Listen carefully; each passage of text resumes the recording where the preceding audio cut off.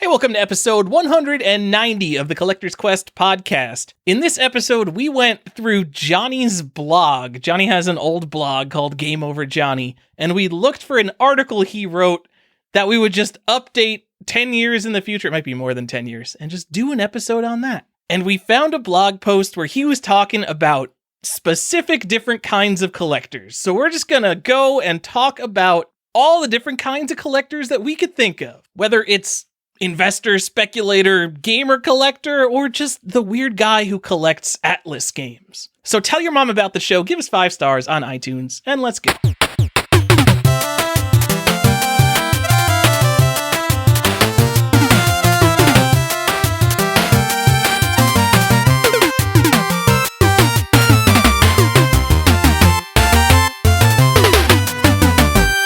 Welcome back to another episode of Collector's Quest. I am Tyler, here with Johnny. Johnny, what's going on? Hey man, how's it going? I'm doing great. You were about to tell me all about your son or something before you cut me off. I was just going to tell you. Well, you were asking, my son is 3, because your pants aren't on, and you wanted to know if my pants were on. And so I typically record with my pants on. Just so you guys know, I know, and even when I worked from home, pants were on. I know that's like a big joke on like shitty news stations. Like, "Do you want your pants on?" Like, it makes me want to die when I hear it. But mine are on. My son is normally dressed, even though he's 3. I know a lot of people let their kids run wild, and it's not that I even care. But he usually is. He usually just has his pants on. Like, once I put him on, he just keeps them on. He doesn't like really pull them off. The exciting news is, because he's just barely 3, right, is that he's been gaming us lately. So we've been trying to teach him to poop in the toilet, because that's a hell enduring, like, just the worst experience you can have is trying to make a kid learn to poop in the toilet. Like, peeing, no problem. So it's like, hey, buddy, like, if you poop in the toilet, I will take you to Target and buy you a toy. And so, like, the first time we got there, it was like a little while ago, and he picked out something that was like $30, and that's not really where I wanted to be on, like, pooping in the toilet, but it was like, whatever. We promised, and like, okay, here it is. And then, like, we got another one, and that was like, okay, and then he picked like a $15 thing. I was like, okay, sure, whatever. But like, now it's starting to click in his head. So like, over the last 3 days, he's been like pooping in the toilet pretty regularly. And he's like, Target? So it was like, no. Like, he tells us, like, pooped in toilet, Target. Like, nobody. That's not how this is going to work. So I went and bought like a bag of Hot Wheels. Now it's like, I get to open up the bag and he gets to pick a Hot Wheel, and he's super excited about this. But like, now he's like, at all times when he thinks he might be able to poop at all, he runs to the toilet and he's like, Dad, pooping. And he's like, he's going to give himself a hernia. He's just on the toilet, like, straining, just like to drop out a kernel. And you're just like, no, that doesn't count, man. And, you know, we love on this show to talk about what does and doesn't count. Oh, and yeah. I have to explain that concept to him. This does not count. Or like when he does like 2 within the same like 5 minutes, I'm like, that is just a continuation of the last one. That is not a new poop. It doesn't count for a car. But he's trying to game me. And I love that he's trying to game me, but I hate this game. That's pretty funny. It sounds like you screwed up by like actually going to Target and buying a $30 toy to start with. You failed to account for the fact that kids are dumb and don't have a concept of value. You could have just started with Hot Wheels. Well, like, I was just like, to get it, dude, we were so desperate. It's like, we'll do anything you want. Like, if you have to clean shit off of a person, whatever your circumstances, it's not a great experience. And you do it because you love them. And, if you have kids, you've been through it, but it's not great. You know, people are like, oh, it's not a big deal. It's like, no, especially because he's not in diapers. We're trying to teach him not to be in a diaper. So like, when he craps his pants, it's like, you got to get that out, man. You just can't like throw a big turd in the wash. Like, you got to kind of like clean it, and that's awful. So now that we've lost all of our audience talking about shit. Thanks. Yeah. It's, I mean, if you can relate, you can relate. If you know, you know. Anyways, so that's what's been going on in the Iuchi household. How's it over there, Tyler? Johnny, everything's the same as always. I'm not going to pretend to talk about my life. You want me to just go over what I've been playing, Johnny? Because guess what? It's fucking RuneScape. And even that I haven't been playing that much of. So okay. All right. Well, I mean, hey, you mentioned that your work they're bringing you back to the office. You're going back to air quotes normal. I mean, I guess so. I got half an office building, and 4 people have come back because my entire team. So there's basically I'm kind of the only one on my team who doesn't have kids. So the people who are in the office are the people who want to get away from their kids, and everyone who's not in the office are all the people who want to stay with their kids.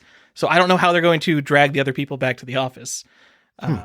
But you also said like, oh, it's a big joke. No one wears pants when they're working from home. And like, that makes me feel bad because I'm actually a person who doesn't wear pants when I'm working from home. I know. I know a good deal of people who like 100% commit to not wearing pants. It's been 2 years at this point, and it's kind of like it's ingrained in my head, like pants are bullshit. Why do we wear pants? Like if my life is happier, I'm spending all day in no pants. Why do I got to wear pants when I go outside, Johnny?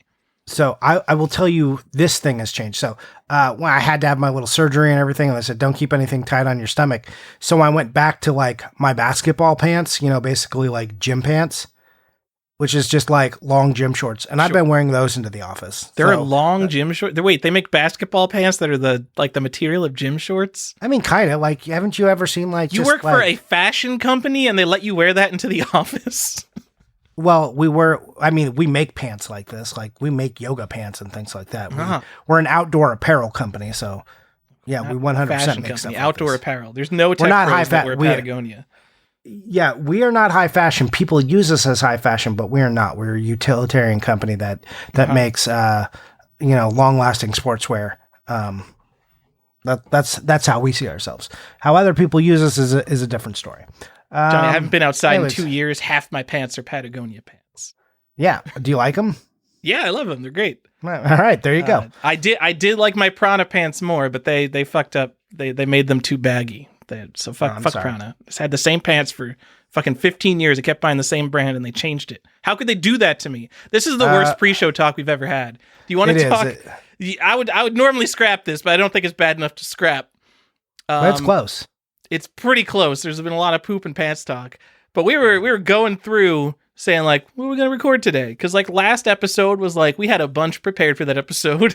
And today is one of the days where we turn on the microphones and we're like, all right, what are we going to talk about today? What's good in game collecting?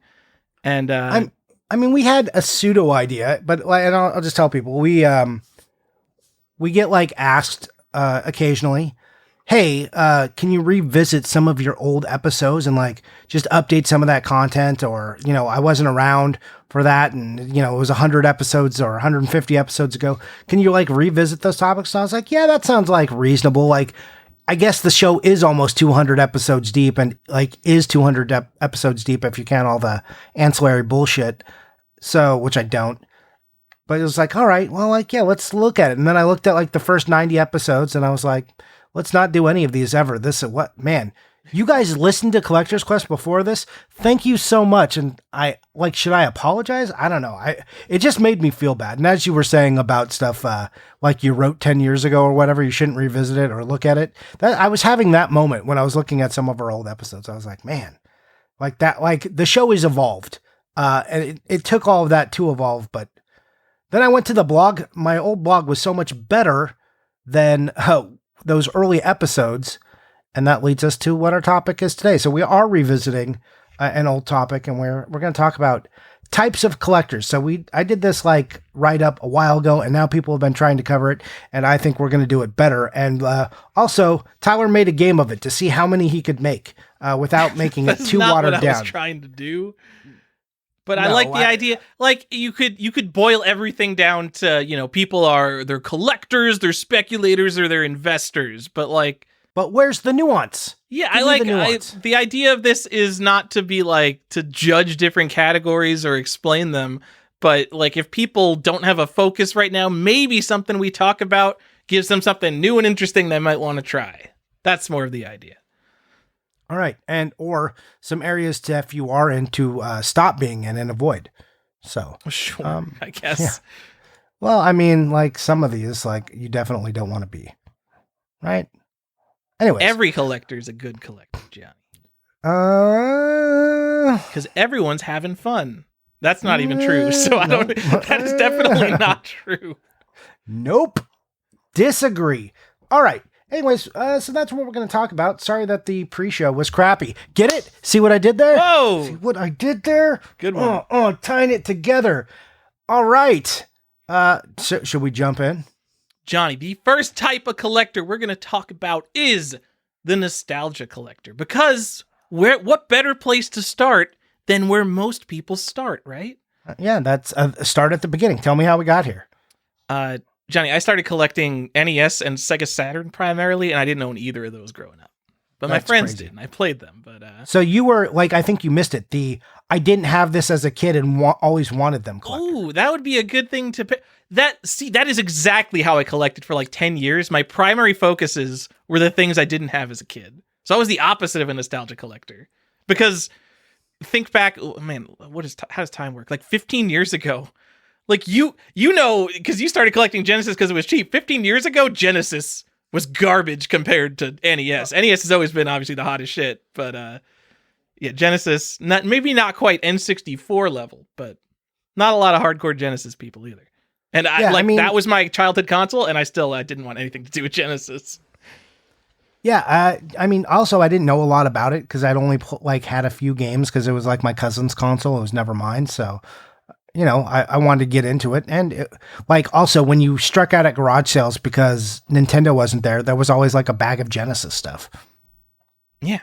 Well, so, I guess we don't need to really define nostalgia, Johnny, but there are a lot of people, especially YouTubers. And I do think YouTubers play it up a lot, especially YouTubers who have been in the game for like 10, 15 years, making YouTube videos forever. And they still get really excited about, like, I don't know, Teenage Mutant Ninja Turtles on NES, when it's like, man, if you've been doing this for a decade, you probably, realistically, how much did you play Teenage Mutant Ninja Turtles as a kid? Let's say, like, if it was your favorite game, a solid fucking year, and maybe you had it, like, in and out for a 5-year rotation, but you've been collecting games for this many years. All right, no, we're not saying collectors are bad. I do think nostalgia is overrated, but it is a good place to start, Johnny. Nostalgia might be overrated, but it is what brings people in. Like that. That's how I got there. I walked into a Game Crazy, back in the day, attached to Hollywood Videos or whatever it was. And I looked and there was like some Zeldas and some stuff there. And I was like, man, I should why don't I own all those games? I used to love. Like I beat all these games. I love them. Why don't I own them? I would love to own every game I beat, essentially a trophy case. It's like, yeah, this is the stuff I did, a marker of how I spent my time as a child. So I was like, yeah, it got me in. I think it's not unreasonable for most people to come in that way. They're like, man, I love Zelda. And like this new Zelda came out and I've been thinking about the old ones and like, maybe I should go get them, or Pokemon or whatever it is. Nostalgia is real. It gets its hooks into you and, it sets you down this weird path. And then we'll talk about what nostalgia collectors eventually become. Because most people, some people just come in and they just like buy the things they're nostalgic for, and then they get out of the game. And I think those are the winners. Those people did it. Yes. And congrats to them. And I feel like I've been that way on other things. Like I'm like, like on some of my Star Wars stuff, I bought like a few. And then, which is hard for me. And I walked away and said, I got the ones I wanted. I did it. Done. But that's not what happens to most people, or maybe it does happen to most people. But then there's all these other collector types, which are usually born out of this. And I'll talk about the next one. Well, hold on. I want to go back. I want to stay on nostalgia just because I do want to recommend people go and get like every game from their childhood. Because Johnny, I have a lot of video games. I've been doing this a long time, and I know I could think of like the games that were a fairly big part of my childhood that I still don't own. And it's because like they keep getting slipped down on my priority list. But I'd say sometime over the past 5 years, I've definitely went and like everything that's kind of easy to get that was a big console game, I've kind of knocked out because I've tried to put it in as part of a set or something that would make it easy for me to purchase. But I know Flight Simulator 98, that game's like $20 sealed, is completely worthless. I played so much Flight Simulator 98 as a kid, and Commander Keen and Goodbye Galaxy, like talk about, that's a top collectible PC game. And I'm a PC collector. There's really no reason I shouldn't have Commander Keen and Goodbye Galaxy, except that it's like $500 to $1,000 or something. It's like ridiculous. But the people paying $500 to $1,000 are exactly like me. They're like the super nostalgic people for this fucking game. I mean, have you tried Commander Keen on, what is it, the GBC? Johnny, I hate the Game Boy Color. Stop it. No, I don't think I own any Commander Keen games. Maybe I have like a shareware floppy somewhere, but yeah, Commander Keen's expensive. So anyways, yeah, nostalgia collector. And I do like the other point of the like kind of anti-nostalgia collector, the stuff I didn't have as a kid, because I did that with certain sets. Like definitely I went down that road. Like I never had these like Turbo Graphics. I want that because I never had it. Yeah. Collector. Yeah. So that's another type of collector, and that's like really self-explanatory. Well, you know what's interesting about that? Since you said TurboGrafx, I feel like there are a bunch of people who collect for definitely TurboGrafx and PC Engine who are like, oh, this is like the weird, interesting third console, or like 3DO, and they're like, oh, no, I didn't have this, and kind of quote unquote, no one had this, so I want to explore this. But then there are some consoles like Neo Geo where I feel like Neo Geo collectors are guys who owned Neo Geo, and that's like all they do now is Neo Geo. I feel like there aren't a ton of people who branch out into Neo Geo for some reason. I mean, the reason is because it's expensive as shit and it's super niche. But and the people there are usually awful. Like, remember how awful the Neo Geo forums were? Does Neo Geo not exist anymore? Also, was Neo Geo actually where the Neo Geo people hung out? Yeah, I did not have good experiences on Neo Geo. No, but they were a massive forum. Yeah, no, I initially came in and like I found like a really good lot of Neo Geo stuff. I had like 14 games and, you know, like 2 controllers and the Neo Geo, and I was like doing pretty well with it. I was like, man, maybe I'll get into this. It was super expensive. And then like when I was trying to learn about it, everyone was just kind of a dick. Sorry guys, if you were on those forums, but it like just wasn't like, if you think that Nintendo Age back in the day was like an elitist group of assholes, like, whoa, stay away from the Neo Geo forums because you don't know. So yeah, and then I was like, you know what? I hate this. I'm just gonna sell this. Also, I don't just love fighting games, so get out of here, Neo Geo. And I sold it and didn't look back. I mean, that's why I've never been into Neo Geo. I think the niche communities, like specifically, like you have a Famicom forum, you have a TurboGrafx forum, you have a Neo Geo forum. If you just get like generalists or people who are like kind of interested who come in and they're collectors, they're looking to drop a bunch of money and ruin your shit by basically taking it out of the supply for the quote unquote true collectors, like they get negative responses. I'm actually kind of surprised how well the PC communities I'm in have tolerated the investors coming in, because you'll see people go into like the big box PC groups and they'll just drop a list of like the 30 most popular games from the 90s, and they'll just be like, I'm looking for all these sealed, I'll pay whatever price. Like, I'm surprised how many people like seem like they respond and they're fine with it, because if you did that on Reddit or like anything focused, if you went to like some GameCube community and did that, you would get your head chomped off. I mean, Reddit hates a sealed game more than any place in the world. Yeah, they sure do. If you say grading, like goodbye, they will I don't know, Lord of the Flies you there. Like it's just over if you try and be a sealed collector over there. Do not recommend. Johnny, what's the next one? I've never heard of it. Okay. So these are the people, we call them dummies. They attempt to buy every game that came out for a console, but they do this thing, like, it's pretty funny. They make a list of all the games that came out for the console, but then they like really quarantine it to the region like that they live in and say that this is the complete set. And then they make a bunch of other bullshit rules that really make that box very tight. And then they go out and tell other people that this is the only way that they have a set. And then if you do something at like, if you try to like include some other game, that you're fucking stupid and stop it. Yeah, it's set collecting. Their set collecting is great. It's this really overblown type of collecting where like you're nearly hoarding and you just own a bunch of games that you hate, and then you wind up paying for rare sports games that you hate and will never use, and a bunch of stuff that's just filler and chaff. Yeah, it's perfect. But you know what you do? You know what's gratifying about it? You can say you own all of them according to your tight parameters. Your super tight parameters. Don't worry about variants, checking PCBs, re-releases. Don't worry about any of that.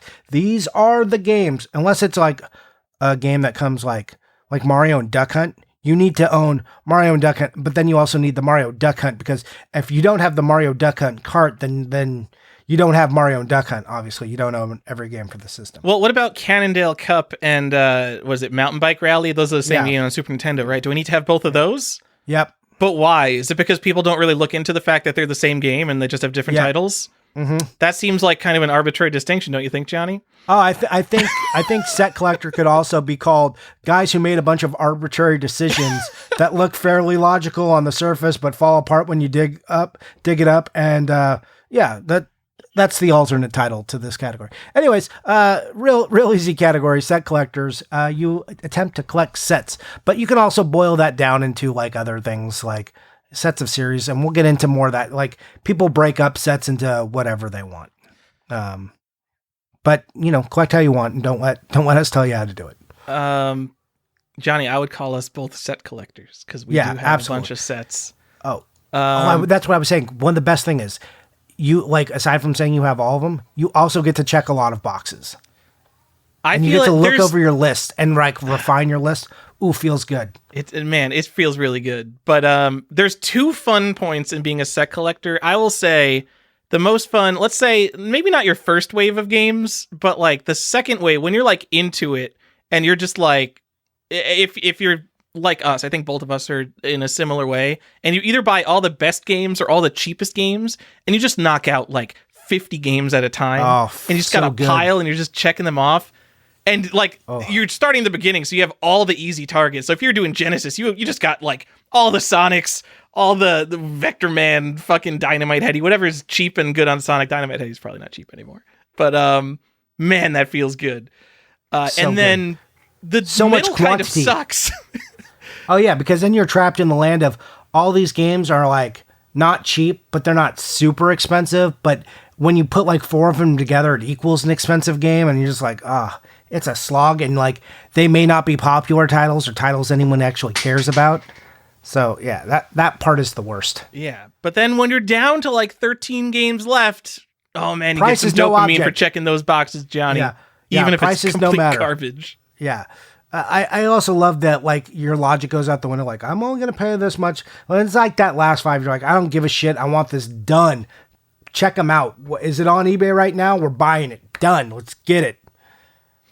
So set collecting is fun. Don't let us dissuade you. Man, it's like a love-hate relationship with set collecting. I think garbage is a little expensive now. At least like if you're going for like multiple consoles, man, there's some like trash that people are like getting to the point where like, oh man, I need to complete my set or I might never be able to. And there's too many of those people. So there's some trash that has gone up in price too much, I think. So, I think it would be, if you are going to be a set collector, I think it would be better to focus on one console that you really love rather than try to collect a bunch of sets and define them to the point where you think you'll be able to collect them, which probably means defining some rare games out of existence. Yeah. But I don't know.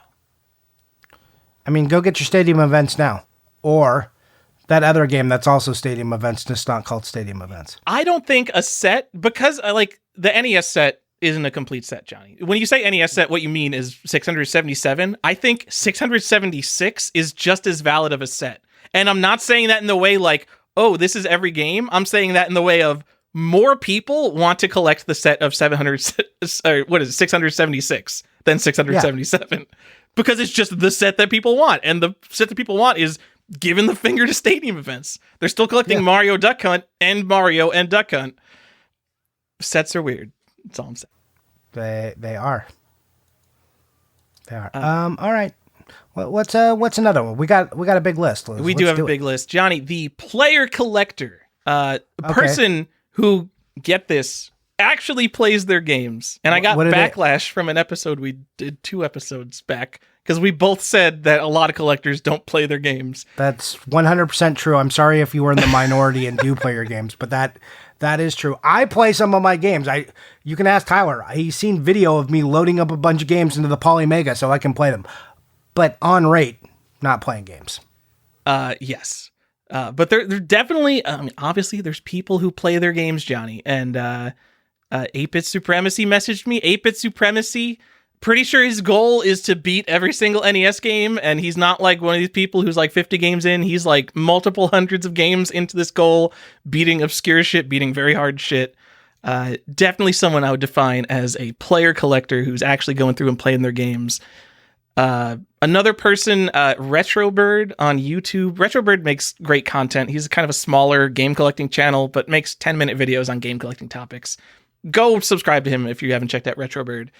But he's, I don't know how to describe him. Like a friendly, normal guy who seems like he buys games to play them, which is like what you should buy games to do in a sense. And I say should in what media is meant to be used for kind of way, because obviously me and you both buy games just to put on shelves because we like having games on shelves. But he's another definitely a player collector who likes owning games for the intent of playing them. All right.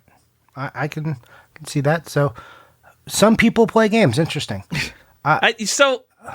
Yeah, I think there's also this category is on a spectrum. So 8-Bit Supremacy, I think, is on a far end of a spectrum where he's extremely hardcore about playing the NES library, and also he's a big NES collector.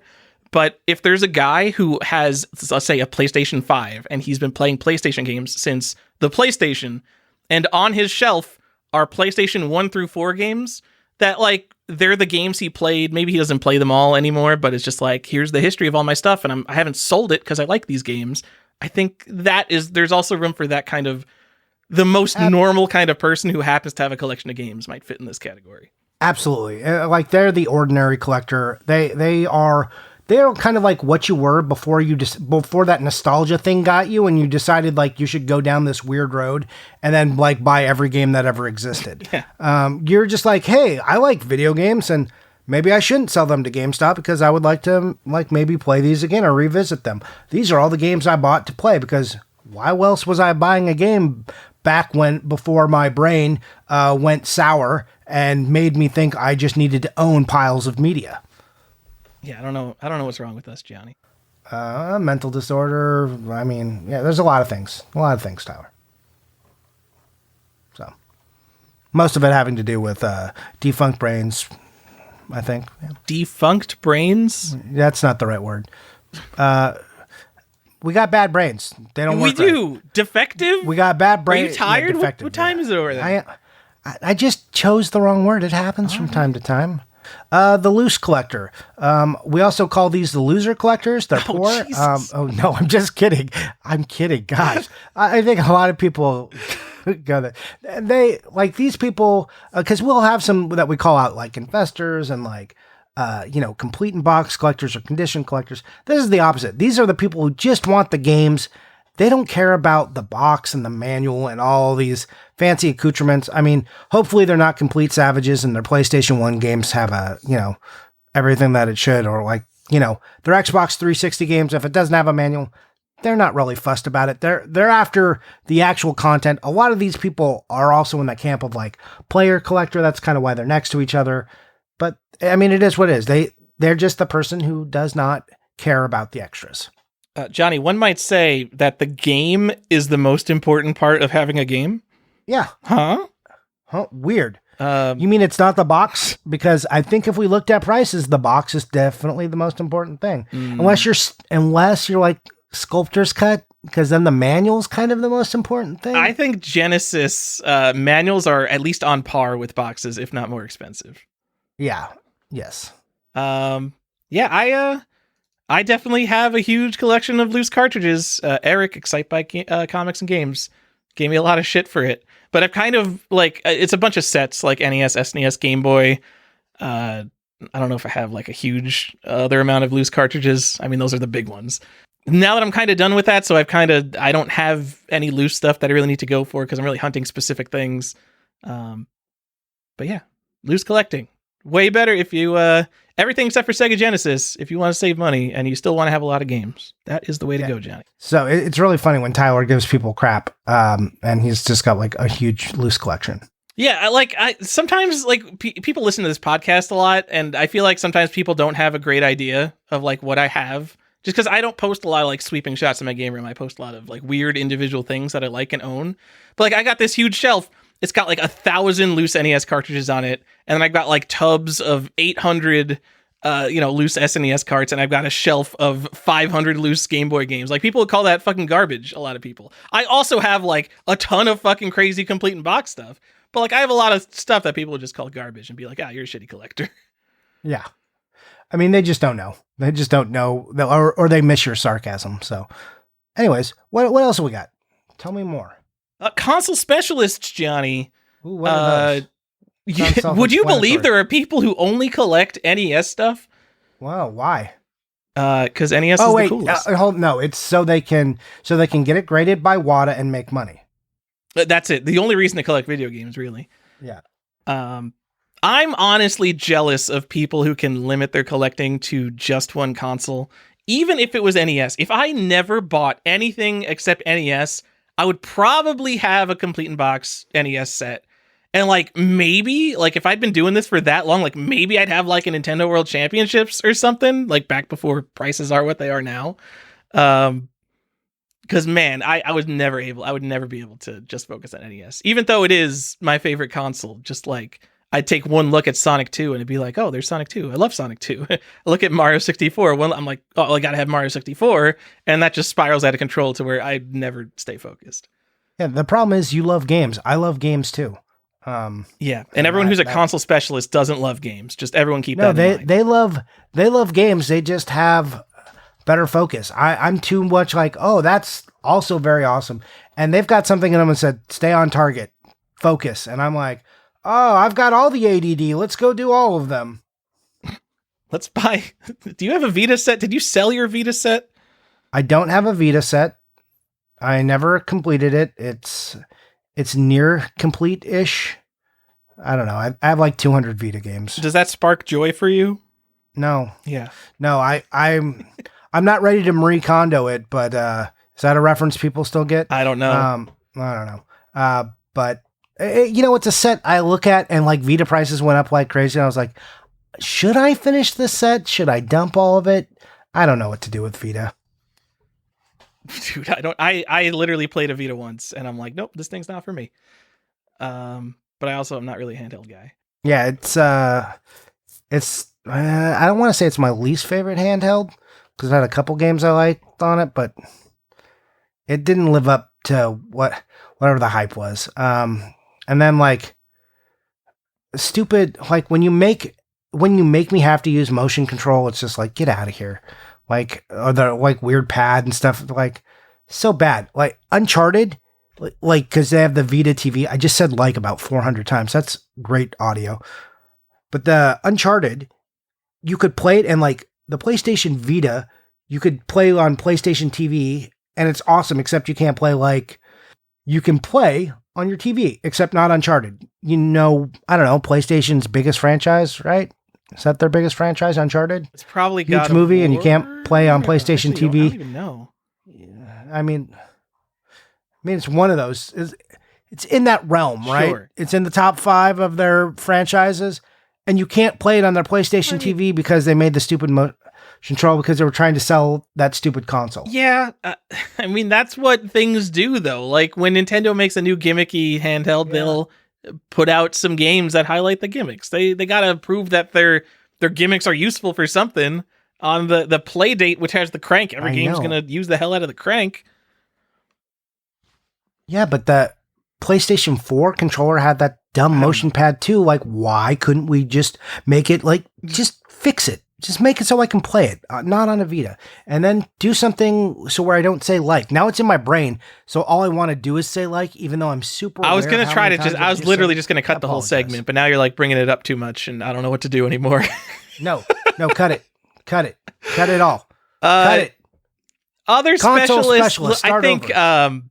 Pre-Nintendo people, I know it's not one console, but there's a diehard group of collectors who just do not care about anything that was released on Nintendo and later. Mostly Atari, but I mean, there's the weird Intellivision people. Guys, Intellivision Invasion, I'm in your Facebook group. Man, you guys are into a really specific thing that I think is maybe not the greatest video game console ever. But I really appreciate your enthusiasm. Also, like modern consoles, like there are people go hardcore for Switch, and we bring this up on the show a lot. But man, people have crazy Switch collections, considering that console is active and only 5 years old. I can't. Switch people don't fuck around. We are adults with money now, Johnny, and those people are going to show it by. They are. I think I'm just going to buy every video game. That is crazier. Like, if I showed my collection to my childhood self, he would explode. And I'd be like, yeah, I bought all these games. A lot of them were obviously less than their retail price because I'm buying them all used. But if I came up to him and said, hey, I literally buy every video game as it comes out, like, I don't even know, he would just go catatonic on the spot. It's insane. It's an insane thing. All right. I don't know how people do it. I mean, they do it because they love Switch, and they know if they don't get it all as it comes out, the one that they don't buy is going to be the one that slips through, and it's going to be like, oh, this is the blood will tell. You thought it was a $60 game. Sorry, it's $500. I mean, how many of those games though could you just miss out on, and it's still worth it just to wait? To me, I think it's probably like all of them. I would say I would start buying Switch games probably 5 years from now. And yeah, if you have to spend $1,000 on some stupid limited print game, sure. I still think there's so many games that are going to sell like 100,000 copies that are going to be $7 games that no one cares about. But you know what? Prove me wrong, Switch people. Prove me that Switch is the new NES and it's going to be nostalgic and people are going to care about it forever. I don't believe it. I'm curious. I mean, I'm very curious about that just because we talk about the Switch too much, but I'm curious because of the limited print run stuff, the globalization of Switch games, the underprinting of games, and the absence of stores in which to buy Switch games. Lots of Best Buys closed. Target is like one of your primary carriers. Toys R Us is gone in the US. GameStops are going out of the business. Where do you buy these games? A lot of Switch games come out and I have no idea. I've never heard of them. And they're like, oh yeah, that came out 3 years ago. I'm like, a John Wick game came out on the Switch? What the fuck? Really? How? When? Why? It's going to be weird. Yeah. So, man, it is going to be weird. I feel like all of those limited print games, like there's none of them. So there may be like print runs of 1,000, but I feel like so many of them had to have gone to people who are going to save it and eventually put it up for sale again. And not just people who are it's just going to get lost in some collection somewhere. Meaning like it'll just be in mom's attic. I'm really waiting for I'm waiting for the what counts segment of the set collecting to come out when people start parsing that up. Like, oh, it was released by super limited games, but super rare games and limited run games also did a print. So which one counts and which one doesn't?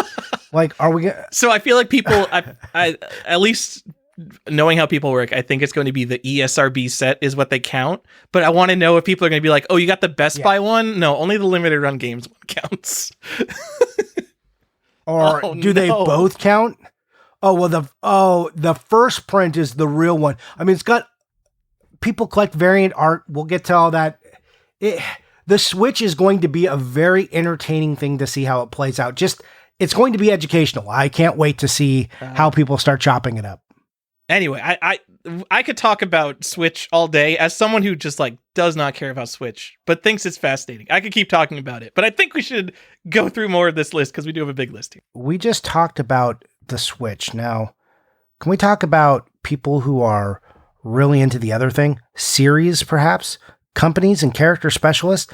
And what are we talking about there? So we've talked about people who collect one console or, one era of games, because people do that. We didn't put that in but there are people who collect eras. Like, I want all the 16-bit stuff. So you can put that as a little appendices to the list of collectors. But this is the series guys or people who collect only a company. So think working designs for the company or Atlas. I only collect this stuff, or Square or Squaresoft or Square Enix or whatever, or just Enix. Maybe if you read the Game Shark and you're insane and you collect all the Puyo Puyo games, like you're that series collector, or you collect only all the Final Fantasies or all the Marios or all the Zeldas, which would be very common, all the Sonics, because except for those ones where he has a gun on the GameCube, you just don't count those and forget it and you bought it for $5, but you don't want to talk about it. You're that guy. That's who you are. And you may collect all the series, or you may just like the character. if the character appears in multiple franchises, you'll like pick that up. Like, say you collect Zelda games, but what you're really after is Link. So then you pick up Smash Brothers because Link's in that. That's what we're talking about. There's not a lot to explain there. It is what it is. If you need further insight, Tyler, I just want to say, I saw a Fallout collection on social media today. It was, I think, I haven't been to your house, Johnny. I think it was about the size of your game room, your main game room that has like all the shelves with all the sets. And it was a Fallout collection. Okay. 100% only awesome. Fallout. I could not believe I couldn't think like they produced enough physical objects related to Fallout that you could fill an entire room with them. And 100% they did. And like there were like power armor, like stand-up suits, and the Vault Boy. There was like a giant like life-size thing of that, but like just shelves and shelves, like tiny little Vault Boys, and like 100 copies of all the games. It was the craziest thing I've ever seen. So yes, I own every Fallout game, but I am not a Fallout collector that like you can take this to unfathomable extremes. And Johnny, you are editing the document to put something in right now. How is that not on the list? I guess it's not on the list. Okay. Yes. Also, genre collectors. There are people who collect certain genres. Certain genres are just more collectible. I guess because they're more timeless. I'm thinking RPGs and shooters and horror. Yep. So I'm trying to think, like, I was going to say, like, RPGs are more collectible because it's more about the story, and the gameplay is timeless because it's all the same. But at the same time, I feel like I've been saying that for maybe 10 years, and now I feel like RPGs are finally better than they were on, like, NES. Like, they finally are like, oh yeah, maybe just, like, random battles all the time of the same thing isn't that fun. Says the guy who like grinds RuneScape. We all have our vices, okay? I'm just saying, like, some people enjoy the repetitive nature of like the random encounter. Like, some people only want their RPGs to be that. I'm like kind of one of those guys. I'm like, give me a Final Fantasy style RPG, like Final Fantasy 1 through 6, 7 maybe later. You can give me some of those, but my preference is in that 1 through 6 range. The other thing I wanted to just mention on like series collectors and character or genre collectors, if you guys see them, like if you see someone who's like really dedicated to that, it's pretty impressive looking. I love when I see someone who collects just like hardcore at one series. It's like pretty cool. I would like to see that Fallout picture. The other thing I wanted to mention on like genre collectors, like one of the things that I think RPGs and shmups, not so much horror, but like those two genres specifically have in common is people dedicate a lot of their life. Like RPGs typically take a long time to master a shmup. It might take a long time. So those people have dedicated a lot of hours. So they may become a collector because they like those genres. So they just have a big collection of those games because their inclination isn't to sell something they just spent 150 hours with. They're like, no, that was my life. I'm not getting rid of that. So I think there's an emotional and like time investment element to those. Yeah, definitely. And I think, I think there's multiple kinds of shooter people. There's the people who play shooters because they're easy to pick up and play for 20 minutes is the classic thing to say. But also shooters are a genre that is like one of the easiest genres to dedicate a ton of time into. Like, I'm going to play this shooter for 40 hours and I'm going to figure out every bullet pattern. I'm going to get really good at it, with the bonus that it only takes 20 minutes for a session. So it could basically, you could play it as long as you want, with the specific intent of getting better. Yep. And I think horror is another popular one because all horror games have bad gameplay. So the only thing that matters with them is the theme and atmosphere. And I know that's not true, but also it is kind of true. Yeah, put the more pumpkins, the better. You know me, I'm a weird theme collector, so that's not really on the list. I'm like this weird guy who's like, I love just themes. Halloween is a big theme. Christmas themes. Let me collect those. Johnny, just because I like going on tangents for each one of these. You played Resident Evil 2, right? The original? I have to assume so. Yep. One of my favorite PlayStation games. I only played it like recently. I played it like a couple of years ago, I think, because I didn't like Resident Evil 1. I never liked Resident Evil 1. And I really like playing things in order. I've like given Resident Evil 1 a legitimate try like 5 times, and I'm like, can't do it. Don't like Resident Evil. So then I like reluctantly got around to Resident Evil 2. I think it was like a Game TZ Game of the Month or something. I fucking loved it. It's so good. It's just like Silent Hill. It's like a little bit different, but like all the same kind of gameplay beats. If Resident Evil 2 wasn't a horror game, I think it might be trash. Like, I don't know. Because I feel like I forgive so much. Just like how clunky it is, how weird it is. Because like tank controls in general, let's say. Like no one would put up with tank controls, but when they're used in like the context of like, well, it's supposed to make you feel less in control. Well, I'm specifically showing you this angle so you can't see what's around those lockers. I feel like it's really easy to forgive gameplay in horror games. Well, that's true, but I think all of the genres come with certain expectations, right? So you've got this built in, like, if all games didn't have that, you know, then what would they be? Then genres would kind of disappear. And they'd say, oh, well, you know, creative types will tell you, it's like, oh, well, you got to break out of these shackles, get outside the box. But people like their comfort zone. And yeah, there's a lot of games that step outside of that and do amazing things. And then the genre expands and starts incorporating them. So the box really just keeps getting bigger. So, I mean, think about that if you want, or just move on and don't let that hurt your head. Johnny, next one I've got is a history collector / first print collector, because I think that kind of goes hand in hand. Don't you mean the real first print collector? So I think you have to put the real first print on Famicom collector versus the stupid TM on NES Zelda collector. No, Johnny. I would say I have largely pivoted towards this category in the past couple of years, obviously. And yeah, I want the most important games ever made, Johnny, and I want the coolest and earliest versions of them.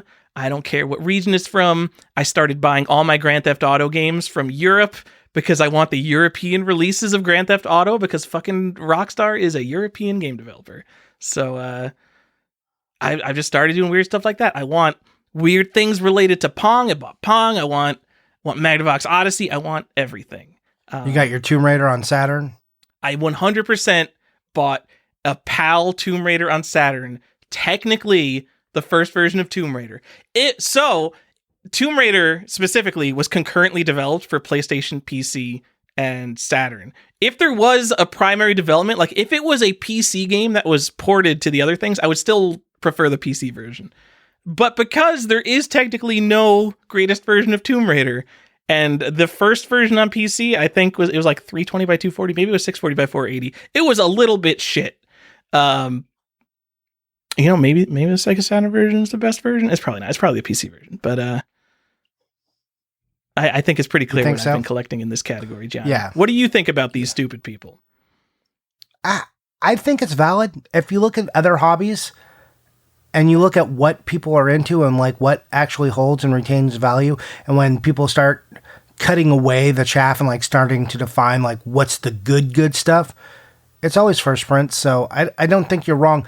I mean, but the US bias in collecting is so strong across all markets, like for collectibles. So comics, cards, it's unbelievable. So, I mean, comics pretty much come out in the US first always, but there are these like European comics. So I feel like that's a weird thing with people who kind of shun imports. If they like came over from comics or even coins where like kind of only US currency matters. Like, yeah, all the first prints you get in comics are the real first prints, because fucking 90% of like the comics you care about are just 100% American creators. Whereas in video games, it's like at least half the video games that matter. And if you go older, it's more than that, are just Japanese. Yep. As I said, there's this weird US bias. So I agree with your idea, but I think if I was giving general advice, I would tell people, yeah, it's fun to explore some of that stuff, but maybe like look at US first prints first. Yeah, I think we could almost, like, we put these in the same category. I think you could separate them. So, I mean, I'm just going to bring up comics as an example. So if you want like the cool first print stuff that matters, like you would go and get like Action Comics 1 and Superman 1. Or, you know, whatever. You can get the Swamp Thing run from Alan Moore. I'm not your dad.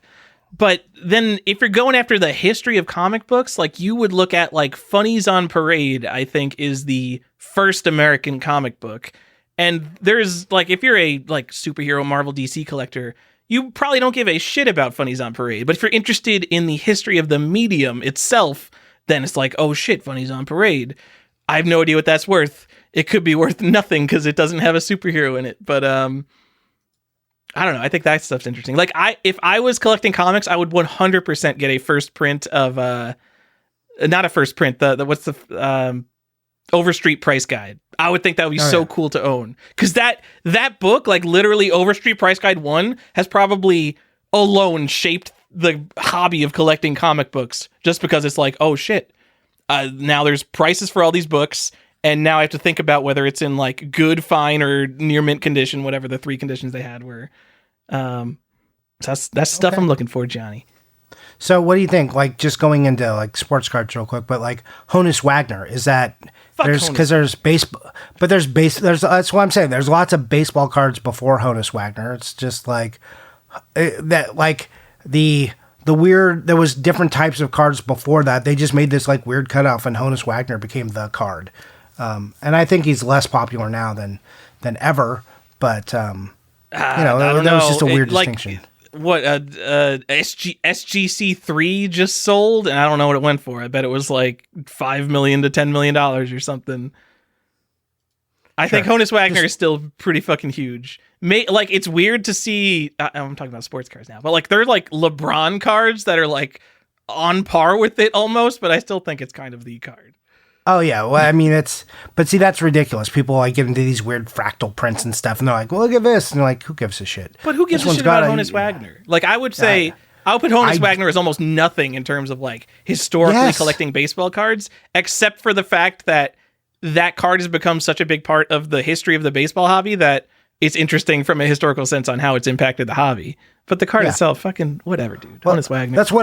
That's why I brought it up. But I want people just to think about that in terms of video games when they're thinking about the history, like what actually defines the history. Like Honus Wagner's fucking stadium events, and they keep caring about stadium events for some reason. When he was like a good player, but like people who played in 1930 or 1910, whenever the fuck Honus Wagner played, were not good baseball players. So it's not impressive that he was like a good player at a time when people weren't good at baseball. LeBron is amazing because he's like the best basketball player, and people are crazy good at basketball now, and he's keeping up with them, and he's been playing for like 20 years. Yep. Anyway. I mean, there's a lot to go into. Don't bring up the basketball debate. Everyone's just going to I know nothing about basketball, guys. Don't like, take my LeBron is one of the greatest. I'm sorry, MJ is the GOAT. Just there you go. You got it. MJ is the GOAT. Just move on. Move on from there. You did. But obviously, it's Wilt Chamberlain's the GOAT. I don't know. I'm just trying to pick someone old. Wilt Chamberlain is an excellent argument. Larry Bird. Larry Bird was the best. Not. Nope. Larry Bird, not the GOAT. Not even close. Sorry, all you Boston fans. Sorry. Just don't care. Anyways, let's move on from that. Let's talk about something we both are also, and they are the researcher. So some people, they collect and they are researching something. They want to know about the history of a game. They want to know about all the variant types. They want to get in. They want to see PCB codes. They want to know if all of their lists are right. If what the print runs look like. How many variants came across all the boards. How many systems was this game on? Where was it first released? They just get it into their head that just finding the name of a game and buying it isn't enough. They need to know a bunch of bullshit data all around it, and then probably write that data down so other people can digest it and use it as well. So collecting is the byproduct for these people of the research. So they research first, then collect second, or maybe they're a little bit of collecting first, and then they get into this weird, huge offshoot of research, and they wind up kind of maintaining it. But 100% the research leads to collecting, because you're like, well, I found this variant. I got to go buy it. Like, I just found this thing. So now I got to see it and touch it in my hands and look at it and just make sure everything is on the up and up before I tell other people about it. Anyways, that's the research. You got more to add to that? No, I would say our patrons, Joseph Leo, the Fleo, and Mr. CIB, I know, do a lot of research into things like inserts.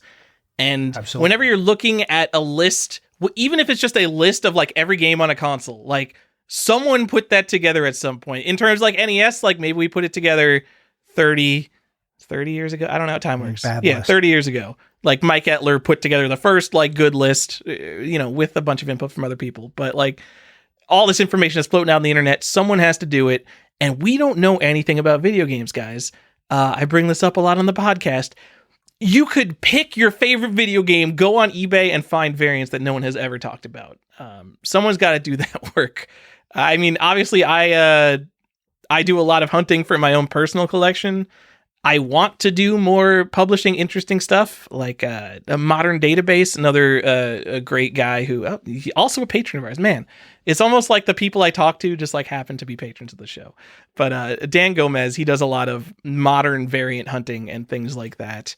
Yeah, he's documenting stuff that thank you for doing, because no one else is doing this. Yeah.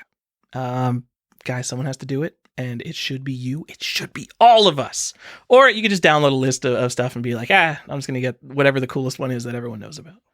Yeah, I mean, but that's basically what happens. People don't think about, like, we're in the day and age where people think that list and information just exists. And they're not really thinking about the people who put all the work and effort into making those lists happen and how they got it. It's just, and I'm not blaming anyone, but I do the same thing on other things I'm less informed about. So it's like, I need a list of this stuff. Oh yeah, there it is. I'm not like, I wonder who made this list. What insane person went out and was like, you know what I need to do with my free time? I need to do this. I could probably be spending time doing anything else. Maybe I should go to the gym or see my family. Nah, I'm going to sit down here for hours and stare at a computer screen and like look over pictures and then buy piles of them and like index all of them and like just check barcodes to make sure they're all the same and tiny little TMs. Yeah, that sounds like great. I should do that. Insane people did this work, and I appreciate you guys. In defense of the insane work, it's usually cheap to do the actual research and documentation and putting the data together. If you then decide you want to buy all of that, then it can be expensive. But if you're just looking to document, that's a very fun and cheap part of the hobby. Yeah, agreed. I love these people. So, I mean, I am of that category myself a lot. I mean, and you'll see a lot like this you aren't only one type of collector. You might collect a different way for each system or have like 5 or 6 or 10 of these things that you find yourself being. So this isn't like, here's your list, pick the one you are. Just we're not here's the BuzzFeed, list. Yeah. Yeah. Here's the list. Think about them and think about where your Venn diagram overlaps in these areas. Some collecting types are very close and some are disparately, they are very apart from each other. So, all right, hand in hand with researcher, I will just say variant collector. I don't think it's exactly the same thing. I think you could certainly be a hardcore variant collector without having to like go and research all your own stuff.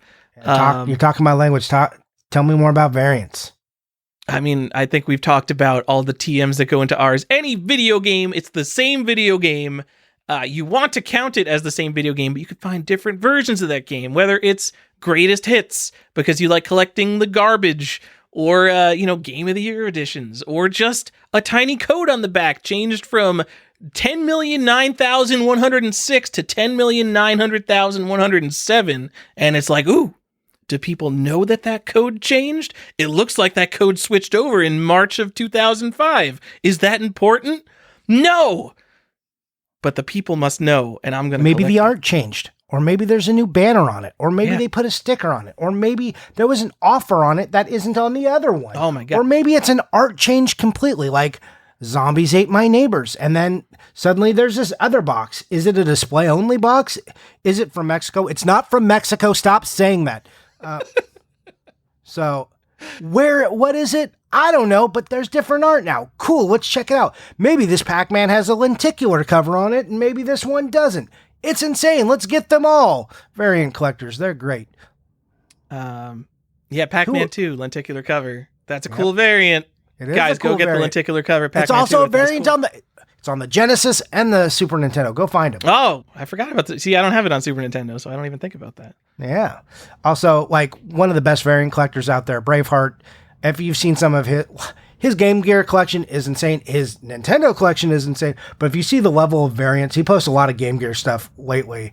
And Nintendo stuff. You just like look, he's like, oh, here's like 40 Ice Climbers. Do you like all the variants? Did Wada get these all on their black box list? Probably not.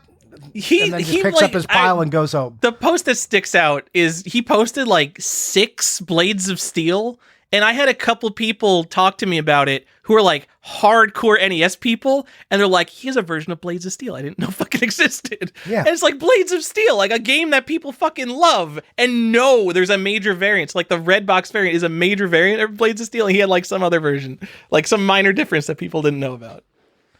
Yeah. Variant collectors. Braveheart has a lot of knowledge. And like, if you don't follow him, just follow his posts and then just look at and just be like, oh shit, there's whatever level I think I'm at, there's this other level and I am not there. He's listening to the podcast right now. Braveheart, hey, drop a comment on SoundCloud right now. Braveheart, one of the only people who comments on SoundCloud. Just saying, I don't know where, I read your comments. I don't always respond to them. I don't care where you comment. If you like this podcast and you're listening to it somewhere, thank you. Also, if you leave comments on or reviews on something that's not iTunes or SoundCloud, please let me know because I don't know those are where I look. So if you've said something elsewhere, let me know on Instagram where I will actually contact you back and know what's going on. Okay. I'm deathly afraid of criticism, so don't let me know about any reviews of the show. Let's talk about my favorite type of collector, Johnny. Oh yeah, hoarders. This is your favorite type. So hoarders. Let's define hoarder because I hate this. It's a pet peeve of mine because people make jokes. And like hoarding is an actual mental like condition. So be sensitive there. But hoarder. Are we calling these hoarders garbage men? Like, what are we actually? Okay. How are you defining so this? I'm not saying it in the sense of like actual mental illness. I mean, maybe there's some mental illness with could be. I mean, I think, but like close. Not like garbage piling up and like unwashed dishes in your these sink. These are the rubbish chute. The rubbish chute collectors. So we looked up types of coin collectors before the show. And one of these very posh coin collecting blogs was like, the rubbish chute collectors who just want as many coins as possible, regardless of quality. I mean, and what we refer to those collectors typically on this show as garbage collectors. I mean, I'm certainly a garbage collector. You are not a as much. I've been a garbage man. Like I think a lot of people go there. They start like after nostalgia, they become this. So you want to explain it a little? I mean, just buying games because they're cheap, trying to get all the games. Like when I think of hoarding games, I don't mean this. I'm just combining thoughts. But I think of someone like VG Collectaholic who has fucking everything. Like, what does he have? 30 complete sets, like complete in box sets? Like, it's fucking crazy. But he has curated and he's actually completed all those sets. So, like, it feels more like, wow, that is one crazy, insane, cohesive collection.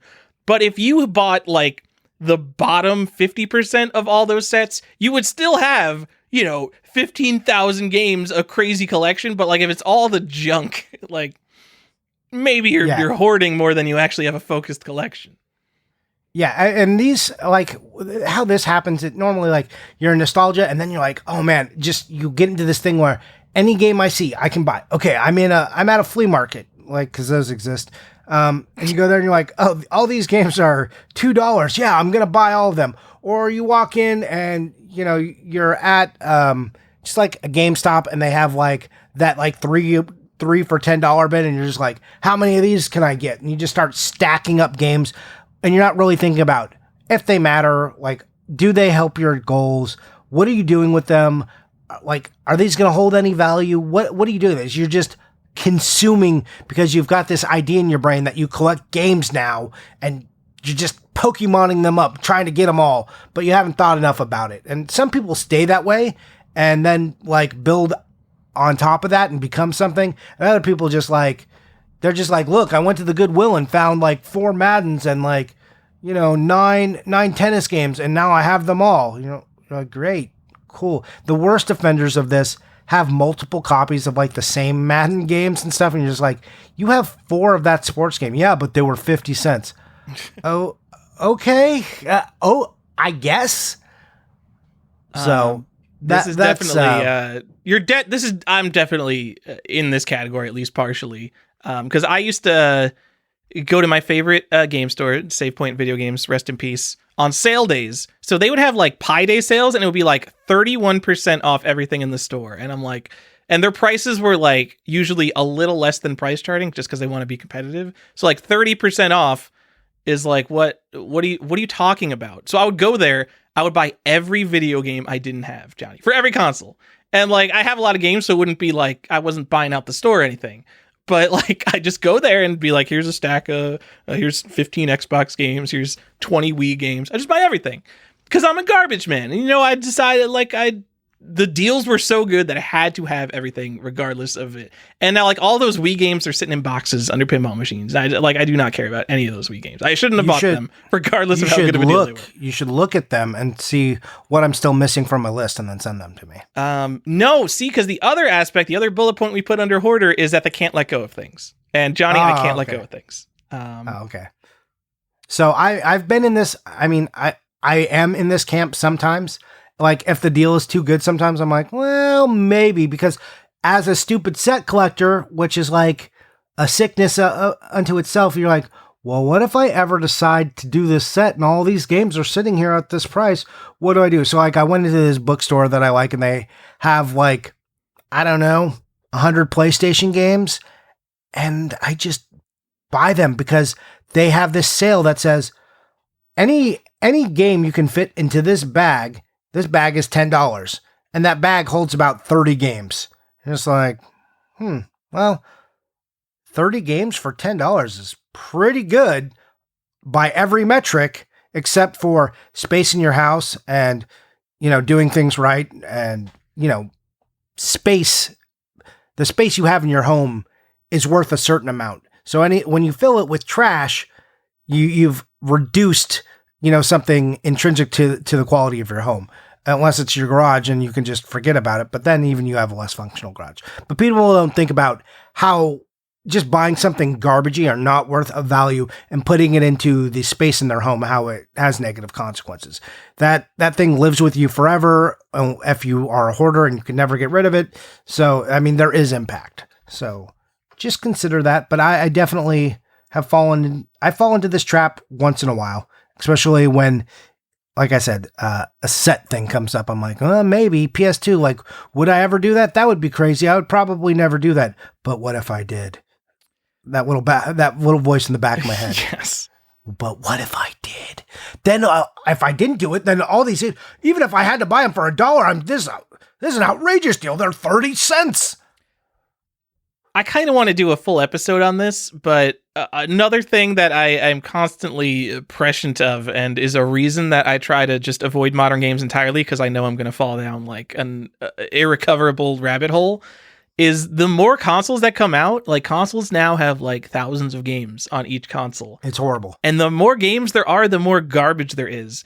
Like, if you wanted to collect games that, I don't know, maybe have some gameplay value, and they're all like $5 or less, or something, maybe like $8 or less. Like, you could get all those games, and like, it wouldn't just be NFL Quarterback Club. You could get like some games, but I feel like it's so much easier to have a quote unquote lower collection of lower value games now, just because before even like the Nintendo Wii, I'd say the Wii is a big cutoff point of like when there was just like a bucket load of crap dumped on the market.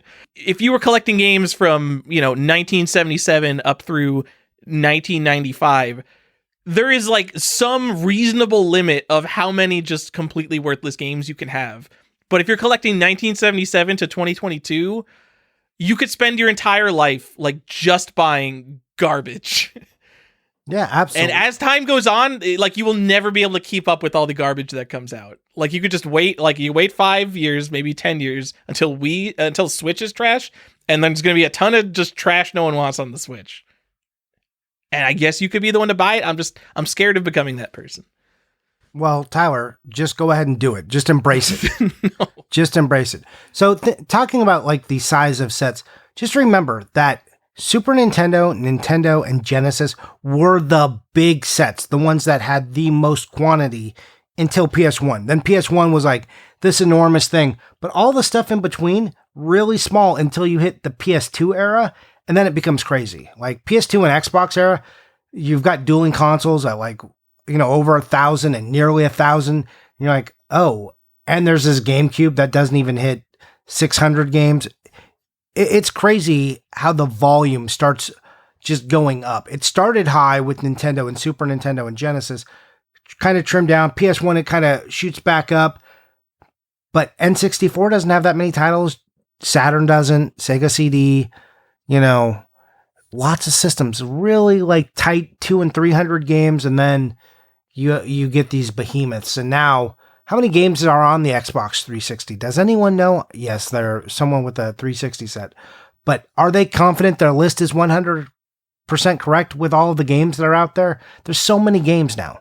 I think will be less because I think physical media will go away, and hopefully the sooner the better, so we get a final list so we can have the insane collector, the I'm gonna buy every single game that exists collector, at least as far as was released in the US and has an ESRB and isn't a competition cart and all the other caveats they'll put on it.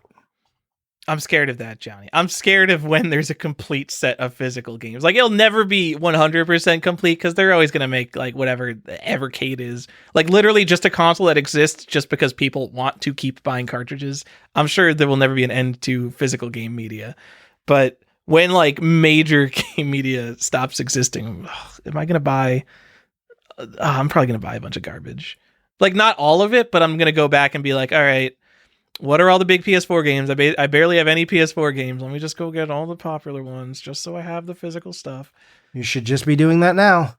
All the best games. No, but now we're in that cycle where they re-release stuff, which I love, for accessibility and keeping up with stuff.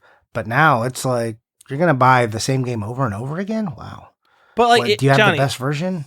If I went for PS4, I could probably identify at least 50 PS4 games that are like important and like people really like and maybe are exclusive in some way. Like, I don't want to spend my collection money on PS4 games. That doesn't excite me at all. That's more of a like, I guess I should get this kind of thing. But the history of games, Tower, you love it. But I've also, like, because I am a hoarder, I've kind of set this soft cutoff at the year 2000. And let me tell you, it works great. I use it as an excuse not to buy modern stuff all the time. Well, that's a tip for our listeners. Set an arbitrary date, just like everything else in collecting. There's a bunch of arbitrary rules. Yeah, it's pretty arbitrary, I guess. That's not to say that that's wrong or bad. You need rules. You need these safety rails, or you can't do anything. Your head will spin, and you won't know what to do, and you'll black out because it's too much. So I'm not totally dissing it. I just like to poke at it. There's a video by Game Rave. We're just gonna bring up all our patrons this show. I'm sorry if we didn't bring you up, but it's on Skydiving Extreme, and it's a game that is collectively worthless. Like, talk about if you walk into a game store, it will probably be $1.99. If you walk into a bad game store, it's probably $4.99. I don't know what COVID prices are, but like I've seen this game before. It has like a generic cover. It looks awful, but it's a game that that Jason likes very much. He got a lot of enjoyment out of this completely worthless game that is so nothing. Like, no one even thinks to play it anymore. It's just a game that was forgotten by history and left to the dollar bins. And I look at like a set like the Wii. God damn it, Johnny! It's a fucking hidden gem. I look at a set like the Wii, and I'm like looking at all those $5 games, and I'm like, some of these have value. I know some of these have gameplay value, and just people don't want to discover it.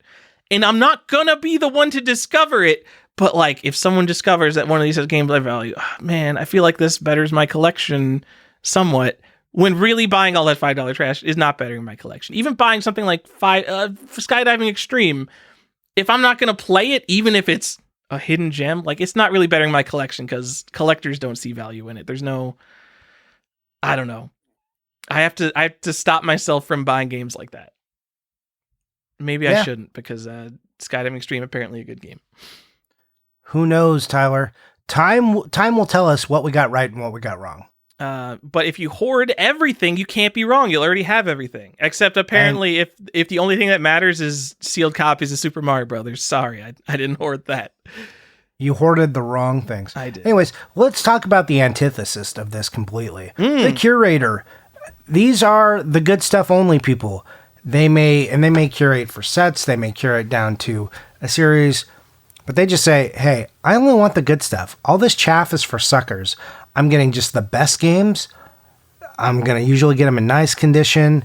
They might have a limit because of the size of their room. Say, okay, I can only do so much because my room isn't very big, or I only have this shelf and I'm going to fill it with games. So it's only going to be the best of the best. We're talking S tier and A tier only. Get your C tier garbage and B tier trash out. I don't want it. If you're talking about C's and D's, I don't even know who you are. GTFO.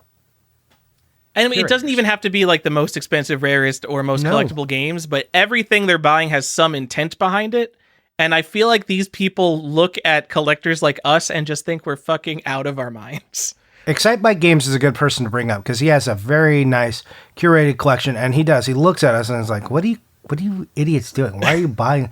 You could have bought 4 good games, but instead you bought 30 bad games. See, I feel like he lives in not the future, but if you look at comic books, there hundreds of thousands of comic books with hundreds coming out every week. So he looks at just like random shit and he's like, guys, there's so much random shit. Why are you buying random shit? Well, I think comic collectors are better trained because they've already had, they have like a life, so much learning and years of history to just go, chaff, wheat, take only the wheat. We know how much stuff there is and will always be that doesn't matter. So I'm going to start out by being highly curated from the get-go because I'm not an idiot. But us game collectors, I guess, we're a newer hobby and we're a little bit dumber. Well, you got games over there? I'll take all of them. Yeah, that's us. So. I really like the idea. Obviously, I'm never doing this, but I like the idea of someone who limits their collection to a single shelf. I've seen a lot of people who do this, and they're like, if I have to put a new game on the shelf, something has to come off. And that means like, if you can only fit 100 games on that shelf, it means like you basically have like your favorite 100 games or the best 100 games. And whenever you like make an addition and remove something, it like only makes it better. I think that's a cool idea. Yeah. So, and this is a weird thing we bring up way too often on the show. Probably I bring it up too often, but my wife's mugs. So that's the rule. Like, we have these really cool mugs that we like, but we're done buying mugs. So if you get a mug, one of the mugs has to go. So you got to kill your darling here if you want a new mug. So it's really exciting times when my wife picks up a mug because then I get the, ooh, is she going to buy that mug? Which mug is leaving? Oh, whew, it's exciting. But yeah, I think it's really cool when people have that. Like the mental gymnastics you have to do to like justify the new game over an old game. Are you going to regret that decision later? It's a neat game to watch play out. I'm not doing that. I'm just like, I guess I can put it in a tub in my garage until I move someplace bigger. I will go downstairs and throw out mugs right now. Johnny, I have my new mug. I love my mug. I'm willing to throw out basically every mug that my wife won't notice at this point. Okay. Want me to go do it? I'm going to throw out a mug. Okay. This is bad podcast content. Let's we have anything else for curators? No, I think we've said a lot about curating. I think curators, if you are like a highly curated people, and I think you are one of the collectors who you have you're doing the ability to be elitist. Like if you want to say like, I only collect the best stuff, who would ever want every Sega CD game, idiot? I think you're probably right. You're right. You could be elitist. You're right. Actually no one wants this. No one wants the software extreme something Star Wars chess. John, there's a fucking Compton's Encyclopedia, the pack-in with the black text on the disc. It's so rare and weird. Ow, I know. Why wouldn't you want that? That's gotta be. There's room for that on the shelf. Well, I mean, it fits anywhere, so just you can get all three of them. Any collection. Yeah. Well, I mean, I know you meant physically, but that was the joke. All right. Hype collectors. You're gonna throw away John. that mug? Hold on. Are you throwing away that mug or what? No, that's bad pod. I'm not going downstairs and throwing away a mug. Because I just messaged Ada that to save her mugs because Tyler's trying to throw them away. Johnny, we bought a set of 4 glass mugs from Amazon, and like the way it was built, I guess this is how maybe all mugs are built, but it had like a seam down one side where the glass was fused. And over like the first week of ownership, it just one of the mugs like completely cracked. Like it didn't, it wasn't coming apart, but it was like clearly like, this is a mug. It shouldn't have a visible crack in it. So I threw out the cracked mug, but we still have the other 3 mugs. And we got a refund from Amazon. It was like, I'm too scared to use these mugs now, but we still have them. Go throw those away. Get them out of here. That top of my list on mugs to throw out. The mugs I'm literally too scared to use, Johnny. Also, that's weird that it has a seam like that. None of my mugs have that seam. Do they not? See, I don't know. That's why I literally bought a metal mug because now I'm too scared of glass mugs. Oh, you have ceramic mugs. That's why. Yeah. Oh. Oh, I like being able to see my coffee. My new mug is opaque, though, Johnny. It's opaque. Okay. I mean, I have a metal mug, too. I'll have to look at it. Anyways, like all of my cups are almost metal now because I just got tired of like buying a fun glass and then having the image wear off. I hate that. I hate it. Man, let me replace all my pint glasses, Johnny. I hate that the image is wearing off the glass. Hate it. Hate it so much. Worst. I do hate it. So now like I get my metal cups and the image doesn't wear off and I'm happy. Yeah. And plus it stays insulated. It's beautiful. Metal cups, the future. Future's here with that metal that we've been using for, I don't know, the Bronze Age. When was that? You can recycle them. It's a renewable resource. I don't know. When you like, someone can mine the garbage pits for your metal mugs, and yeah. Well, that was another thing. Back. Like we bought a couple of these metal. This horrible content. We bought more of these metal cups, and then I threw a bunch of cups away. I'm like, nope, new cups in, old cups out. That's my rule in the kitchen. If something new comes in, something's got to leave. So we're about halfway through this list, Johnny. I wonder, like, there are people who are going to just drop off because they're like doing other stuff. They're like, I don't need to keep listening to this episode. I wonder how many people we lost right there. Probably 6 at least. Johnny, the hype collector. This is a little bit of a tongue-in-cheek name, but I wanted to come up with fun names for some of them. Hype beast. The person who stays on top of all the latest stuff coming out and wants all the most exciting versions. They're also the trend collector. They are sure trendy as shit. Trendy new AF. Collector's editions that come out, man. Limited run games. Did you get that Animal Crossing Switch set? I bet you did. I bet you did. Like when Pokemon DSs were coming out, there are people who buy like, oh, I need every limited edition Pokemon DS because those are the cool thing. I can't believe how collectible consoles that just have a brand slapped on them are. But they're super collectible, and the people like these, because if you weren't the person who got those Pokemon DSs, like in the 2-week window when they were actually on shelves, you probably aren't going to get one, and they're going to be 4 times the price. Yeah, tag me in your collector's edition pictures of Elden Ring and Horizon. Like, how many people have you seen post both versions of Horizon Forbidden West? There's like the big collector's edition, and then there's the way too big collector's edition. And I've seen people with both of them. You might be in part of this category. Yeah. Or maybe you're just the biggest Horizon Forbidden West fan ever. I'm telling you, like, if you've got a Horizon Special Edition sitting next to your Elden Ring Special Edition right now, I'm just pointing at you. I'm not judging you. I'm just pointing at you. You know what? I mean, I don't know how many games come out for PS5, but man, if you have a PS5, or can you get those yet? Is that a thing? But if you're a PS5 gamer, you're like, we got the 2 big games. I would get both of them if I was a PS5 guy. Absolutely. Why wouldn't you? Apparently the Elden Ring PC port is shit. I really hope they fix that. But I mean, it is crazy that it runs actually better on PS5. I'm mad. That's kind of insane. It's locked playing it to on 60 Xbox. FPS on PC, and like apparently like just like randomly freezes up and just is shitty. But I play games in order, so I haven't even beaten Demon's Souls yet because it bricked my PS3. It's not part of the series. I know. Yeah. It's not. It's its own thing. I know it's a new thing, but come on. No one is like, oh, these are entirely separate thing. I'm playing is Demon's Souls and Dark Souls different series? Or are they both the Souls series? They're the Soul series. It's called the Soul series. What's Soulsborne then? Does Bloodborne count as part of it? I think Bloodborne isn't part of it. All right. Well, whatever. I want to play them starting from Demon Souls up because I know it also goes back through like not King's Knight. What's the King one? Now I'm looking like I don't know anything about video games, Johnny. I don't know. I don't know what the From Software games on like PlayStation. Okay, so we got the second one. We got the first one in a long box, but it's actually the second one in Japan. God damn it, Johnny. I can't help you here, Tyler. I don't know what you're talking about. Oh my God. Anyway, I think it takes a lot of inspiration from those as well. I will give you, the audience, some context here. So I had to send Tyler a message because I got Elden Ring and I was like, oh, that's a cool looking fantasy game. And everyone's saying it's great. And I'm like, sure, I'll give that a whirl. I'm like kind of looking for a game to play because I'm kind of, I don't feel like watching TV at night right now. I'm like, I would like to play a game a little bit, for 30 minutes before I pass out. So let's try that. And Elden Ring came out. I'm like, and then I found out it was part of like the Dark Souls. And Tyler's just like, are you trolling me? You actually didn't know this? Had no idea it was like not of the series, but inspired by and by the same people.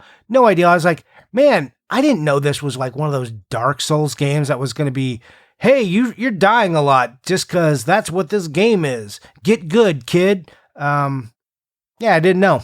Had no idea. So Tyler's asking me like, hey, what's their first game on the PlayStation? In Japan, it was number 2, or here it was number 2.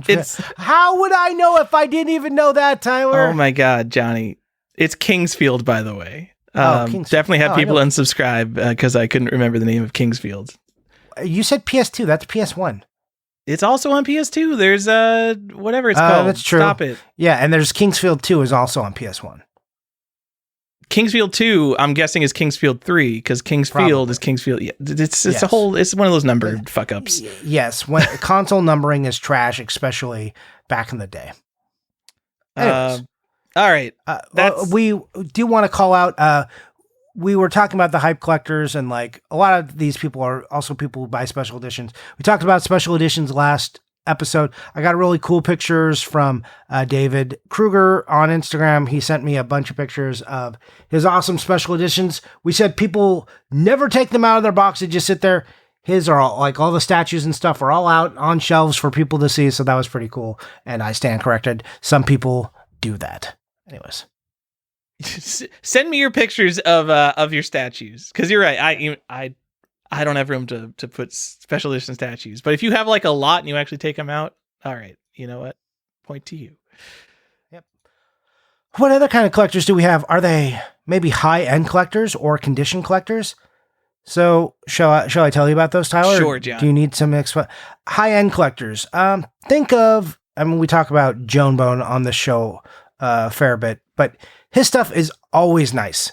He's high end. Usually he's showing you good stuff. If you think of Jeff Masser, like he's always mint, super nice turbo stuff, rare stuff. Whenever they have it, it's beautiful. They could send it off and get it graded, and they probably will.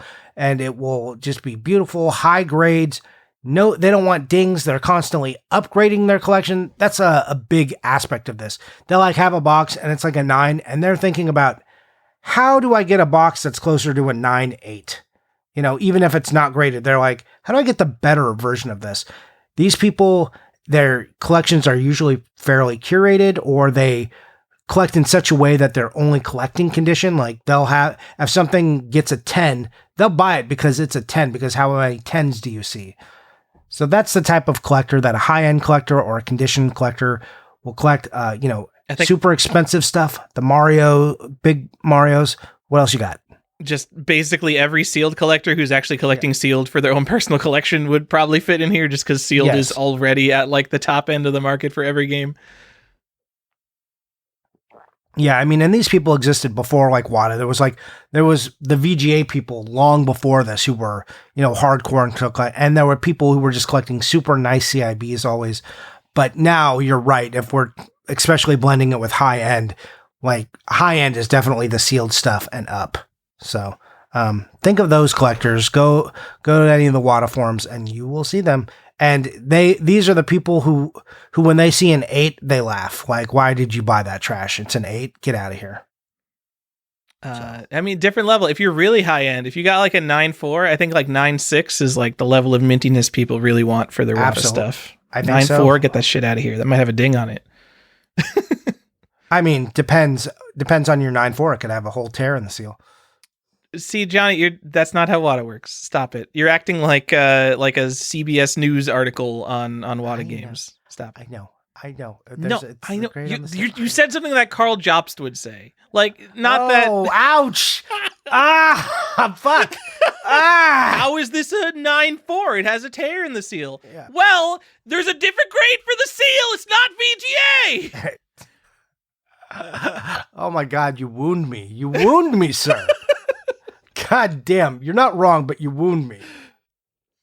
Rarity collectors. Next type of collector, rarity collectors. There are people, I would not lump these in with high-end collectors. There are a bunch of people out there who collect nothing but like the rarest shit they can find. And it could either fall into, this is some amazing, cool, rare thing that you've never heard of.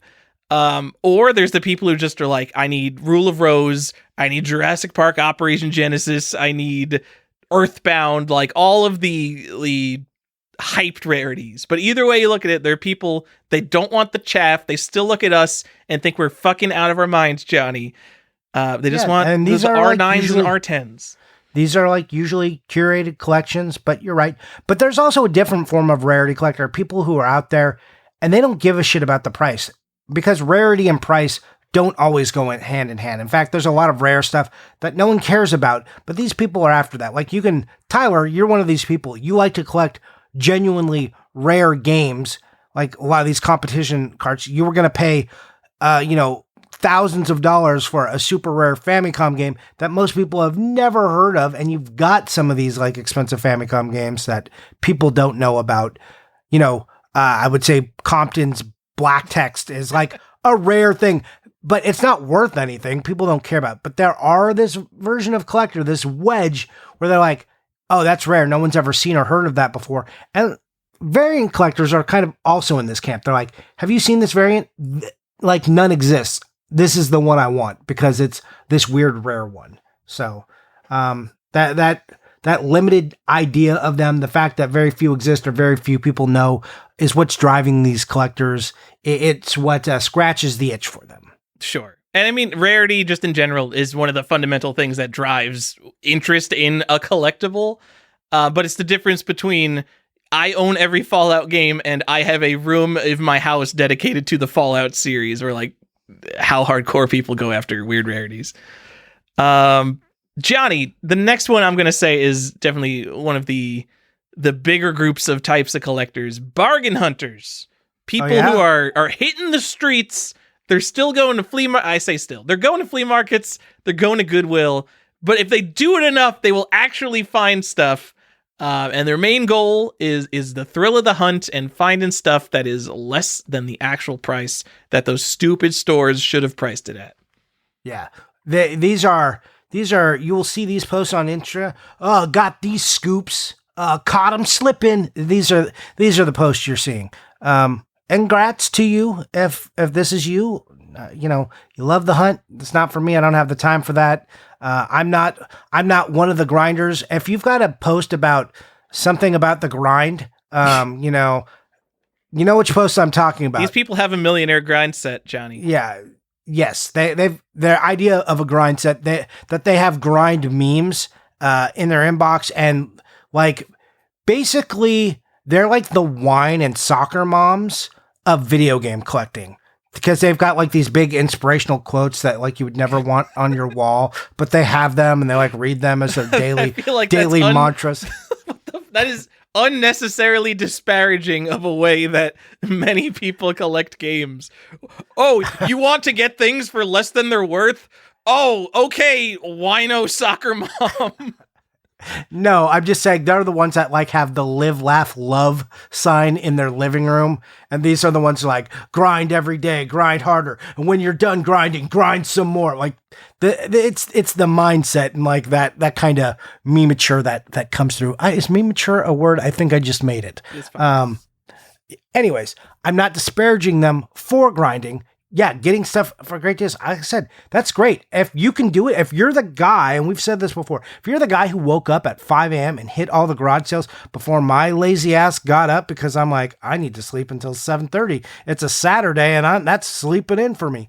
If you were that guy and you got it to eBay and it's the deal I want, I'm happy to pay you. Thank you for that. You're doing a service. Great. I appreciate you. Or you're just keeping it for yourself, Johnny. Or or that, then also great. Getting deals is great. Everyone feels great when they get a deal. You're like, yes, I found this thing. Oh, right place, right time. That's awesome. And these people are creating right time, right place for themselves. And we're just grumpy because we don't get those deals anymore. At least the ones that we want. Well, I mean, so people you get to a point you get to the point where like, what are you buying and how could you possibly find, where are you going to find all the weird Famicom stuff in your daily grind by getting up early? Well, how would you do it? Yeah, I mean, I wouldn't, but I think the idea is that I would just go and look for anything, and then whatever I don't want, I could flip and then buy whatever stupid Famicom stuff I want. Well, and we'll get into this because I think these three all go together. And oh yeah, definitely. So we have, and I'll just list them. We have the opportunist / speculator, and these are people who they're out buying stuff and they may be grinding as well, bargain hunters for sure.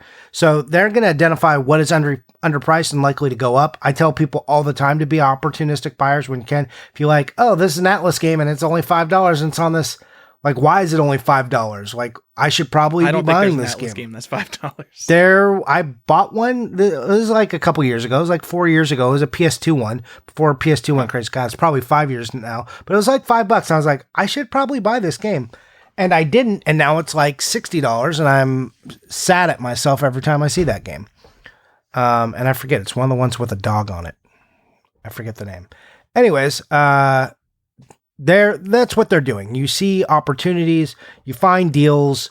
If you can find stuff that's like typically underpriced, or you think the price is going to move, maybe you know about some hype coming up and you're like, all right, now is the time to buy this.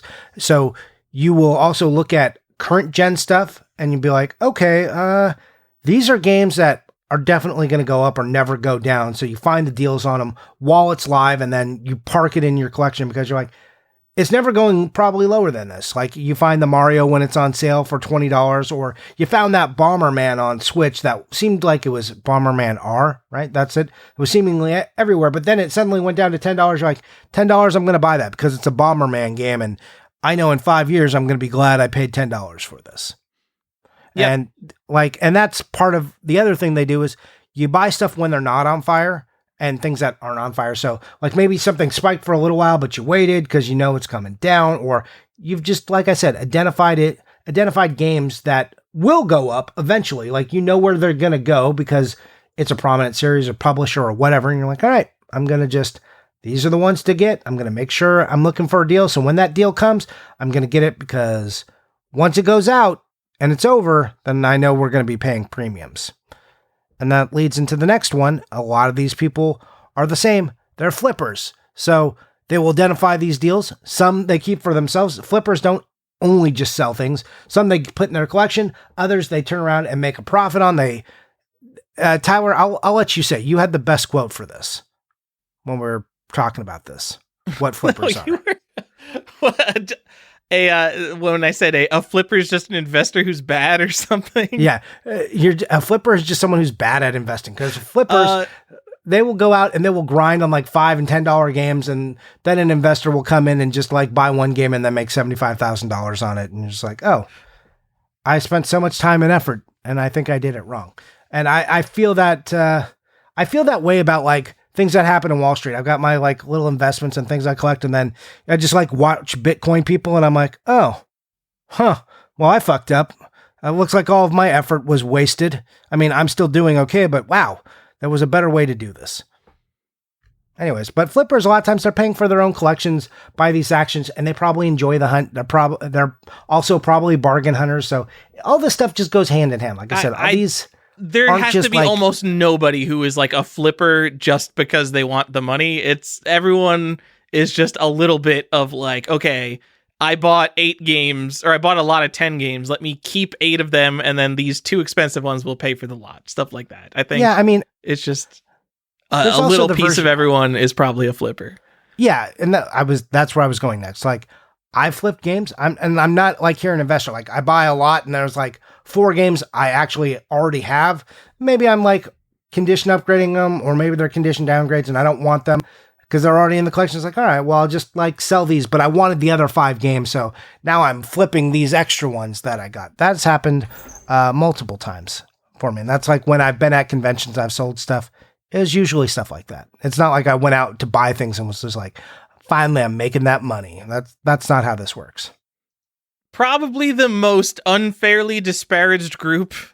First of all, because fucking almost everybody resells the stuff they don't want. Absolutely. Even like someone like me who really, really likes holding on to everything. Like, I've got this dumbass box of like Sega Genesis doubles, which in my mind, like, oh, maybe I can use them for a case upgrade one day. But I gotta get fucking rid of them. So like, I'm gonna sell shit, and I'm probably even gonna profit because you know what, Johnny, they were probably cheaper than when I bought them in like 2016. Whoa. But yeah, but also just because like, even if you take out the equation that everybody resells collectibles that they own in some sense, even if it's just like, I don't like these anymore, let me get rid of them and get free up that money so I can buy stuff I want. Even if you take all that out, like, okay, someone found something at a low price or what they think is too low a price, and then they sold it and made money. It's like, you're mad at someone for like doing work to identify like a market inefficiency. Like, it's a weird thing to be mad about. Because if you're like identifying inefficiencies in collectibles, like one of the most inefficient markets fucking ever, is really easy. And you could just go do it if you're that concerned about it. And bringing in like opportunist speculator, buying things that aren't on fire. Like in 2019, I was really worried about NES. I bought a few NES things. Johnny got some good deals. In 2019 compared to modern prices. But then eventually I'm just like, okay, I'm out. All this shit is on fire now. And I'm like, okay, I'm gonna collect Famicom games instead because this is a fucking nightmare now over here. Let me go to some bluer oceans. Okay. Fine then. And then to top I'm just a stupid flipper. To top off this kind of set of 4, we have, Johnny, the almighty investor. The most hated of all the groups. The reason that you're trying to buy a copy of Crash Bandicoot 3 that used to cost $7 and now it's $21, 100% of the reason is the investors who are 100% not buying sealed true. copies of Mario games. Yeah, so everyone loves to blame the whole economy on investors, but not true. Anyways, before I just talk about how people have I don't love investors or anything. And yes, they've mucked some things up and I'm not happy about it and it has affected us, but not to the extent that other people think of. I mean, there was this whole COVID shift that brought a bunch of people into collectibles. That's a whole different thing. Just like try to free your mind of it. But Tyler, tell us what they're doing. Like what's their modus operandi? So I'm trying to, obviously investors, the idea I think would be to identify something that will only go up in price or will be desirable for the long term, to buy it and hold it until it goes up in price. Except the market is so on fire that I think a lot of people are just flippers when they do that. Like, people will literally buy a game on Heritage Auctions and go around, it'll be on eBay the next day. And so I wouldn't call that investing. That's just taking part in the high end. Tell me what their raison d'etre is, damn it. What? Damn it! Is ruining video games for the rest of us? What do you want me to say for the raison d'etre? It's money. Tell me about the money. They want money. I mean, flippers want money too. They just get it in smaller chunks. These people want lots of money. These people want lots of money. I mean, everyone wants lots of money, Johnny. How are they going to get it? if you're flipping, you're buying something and immediately putting back on the market, or like maybe you wait a month. You know that like a movie was announced, so you're buying up the Guardians of the Galaxy games. I don't know. This is a dumb example.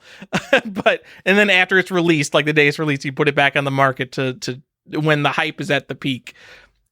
The idea of being an investor would be to take an evergreen game, let's say Super Mario Brothers. Maybe you've heard of it. It's $1 million game. Fucking like The Legend of Zelda. Like I don't like, man, even like Mario 3. Is Mario 3 as evergreen as people make it out? I understand Mario 3 is incredibly important, very good game. I have seen people younger than us, Johnny, who kind of don't care about Mario 3.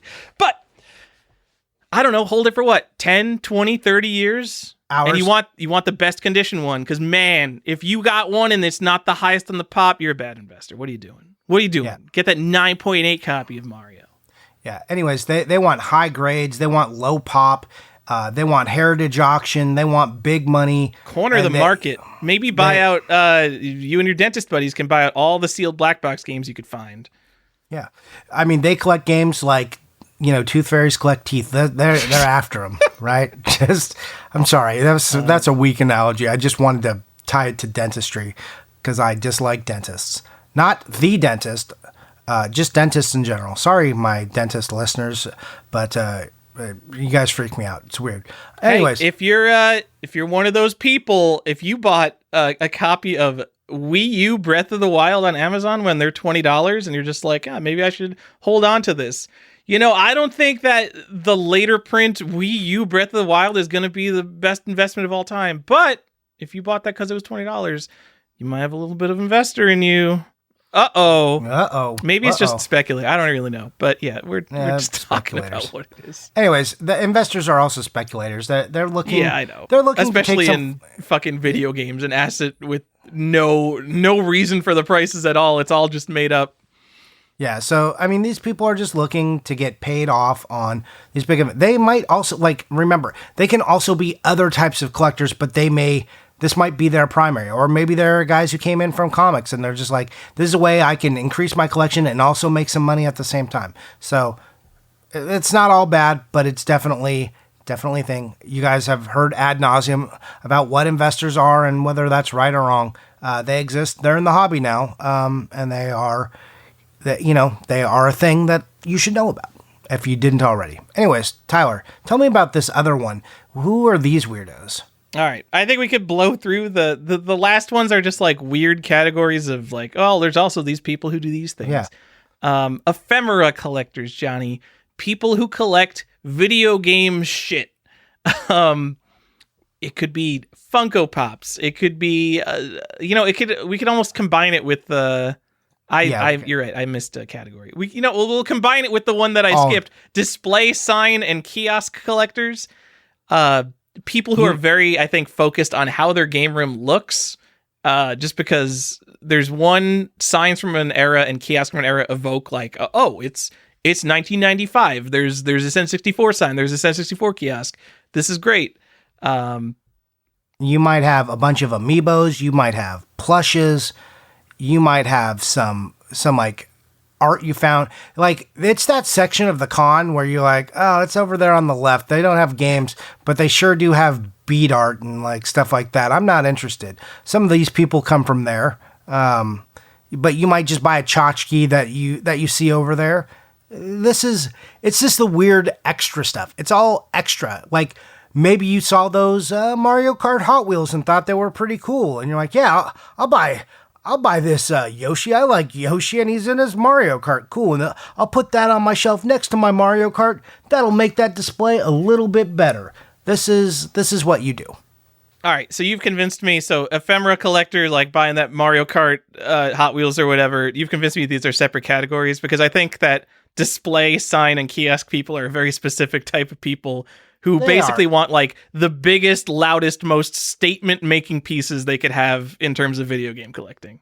Yeah, no, ephemera, I think, like, they are both of the same ilk, though. They are buying something about video games that is not video games. And that's the point. So, they are out there doing this. And then even this next category we have which is art collectors, which is like a big thing. You see a lot of these investors now. Our friend Stefan collecting art, for Nintendo Power, but they like video games and they want to collect video games. They just don't want to collect video games. They want the good stuff, the one of ones. Like they want, some, and it's not just all original, like the original art from like Nintendo Power or the original box art. Sometimes they find the original artists and have them do new sketches or retakes on those art. And, if they're walking around talking about a portfolio, they're an art collector.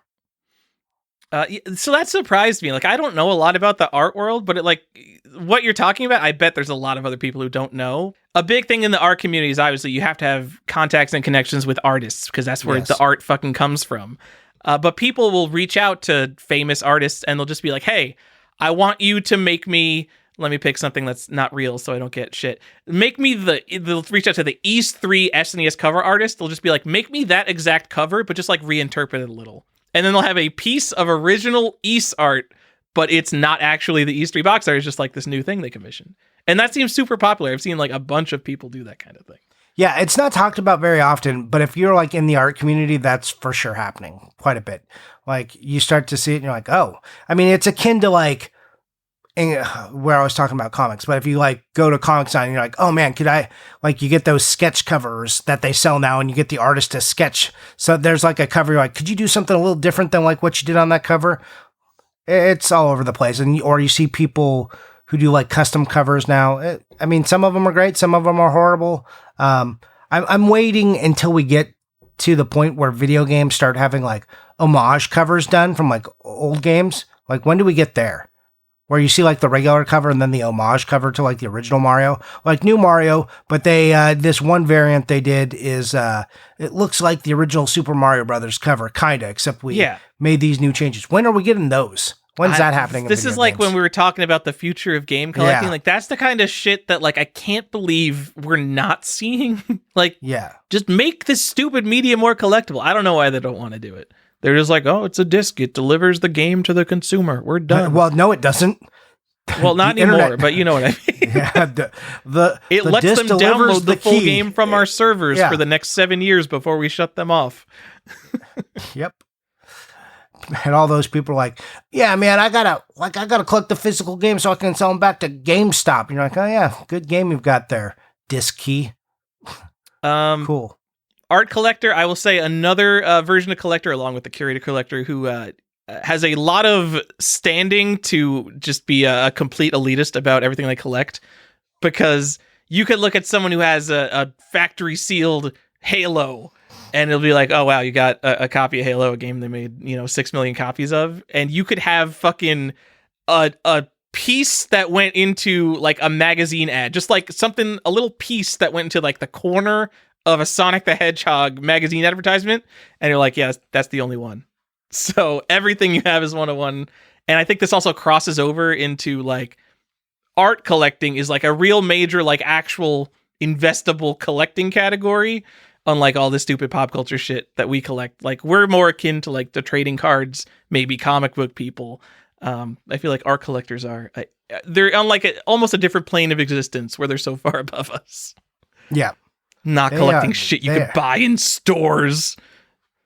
Children bought these video games, Johnny. Literally, a 6-year-old one day in 1985 went into fucking FAO Schwartz and they bought a sticker sealed copy of Super Mario Brothers with like their dad's money, but they let their dad let them take it up to the cashier, and they were like, here's $50 or $60, whatever Super Mario Brothers cost, and they bought the most collectible game of all time.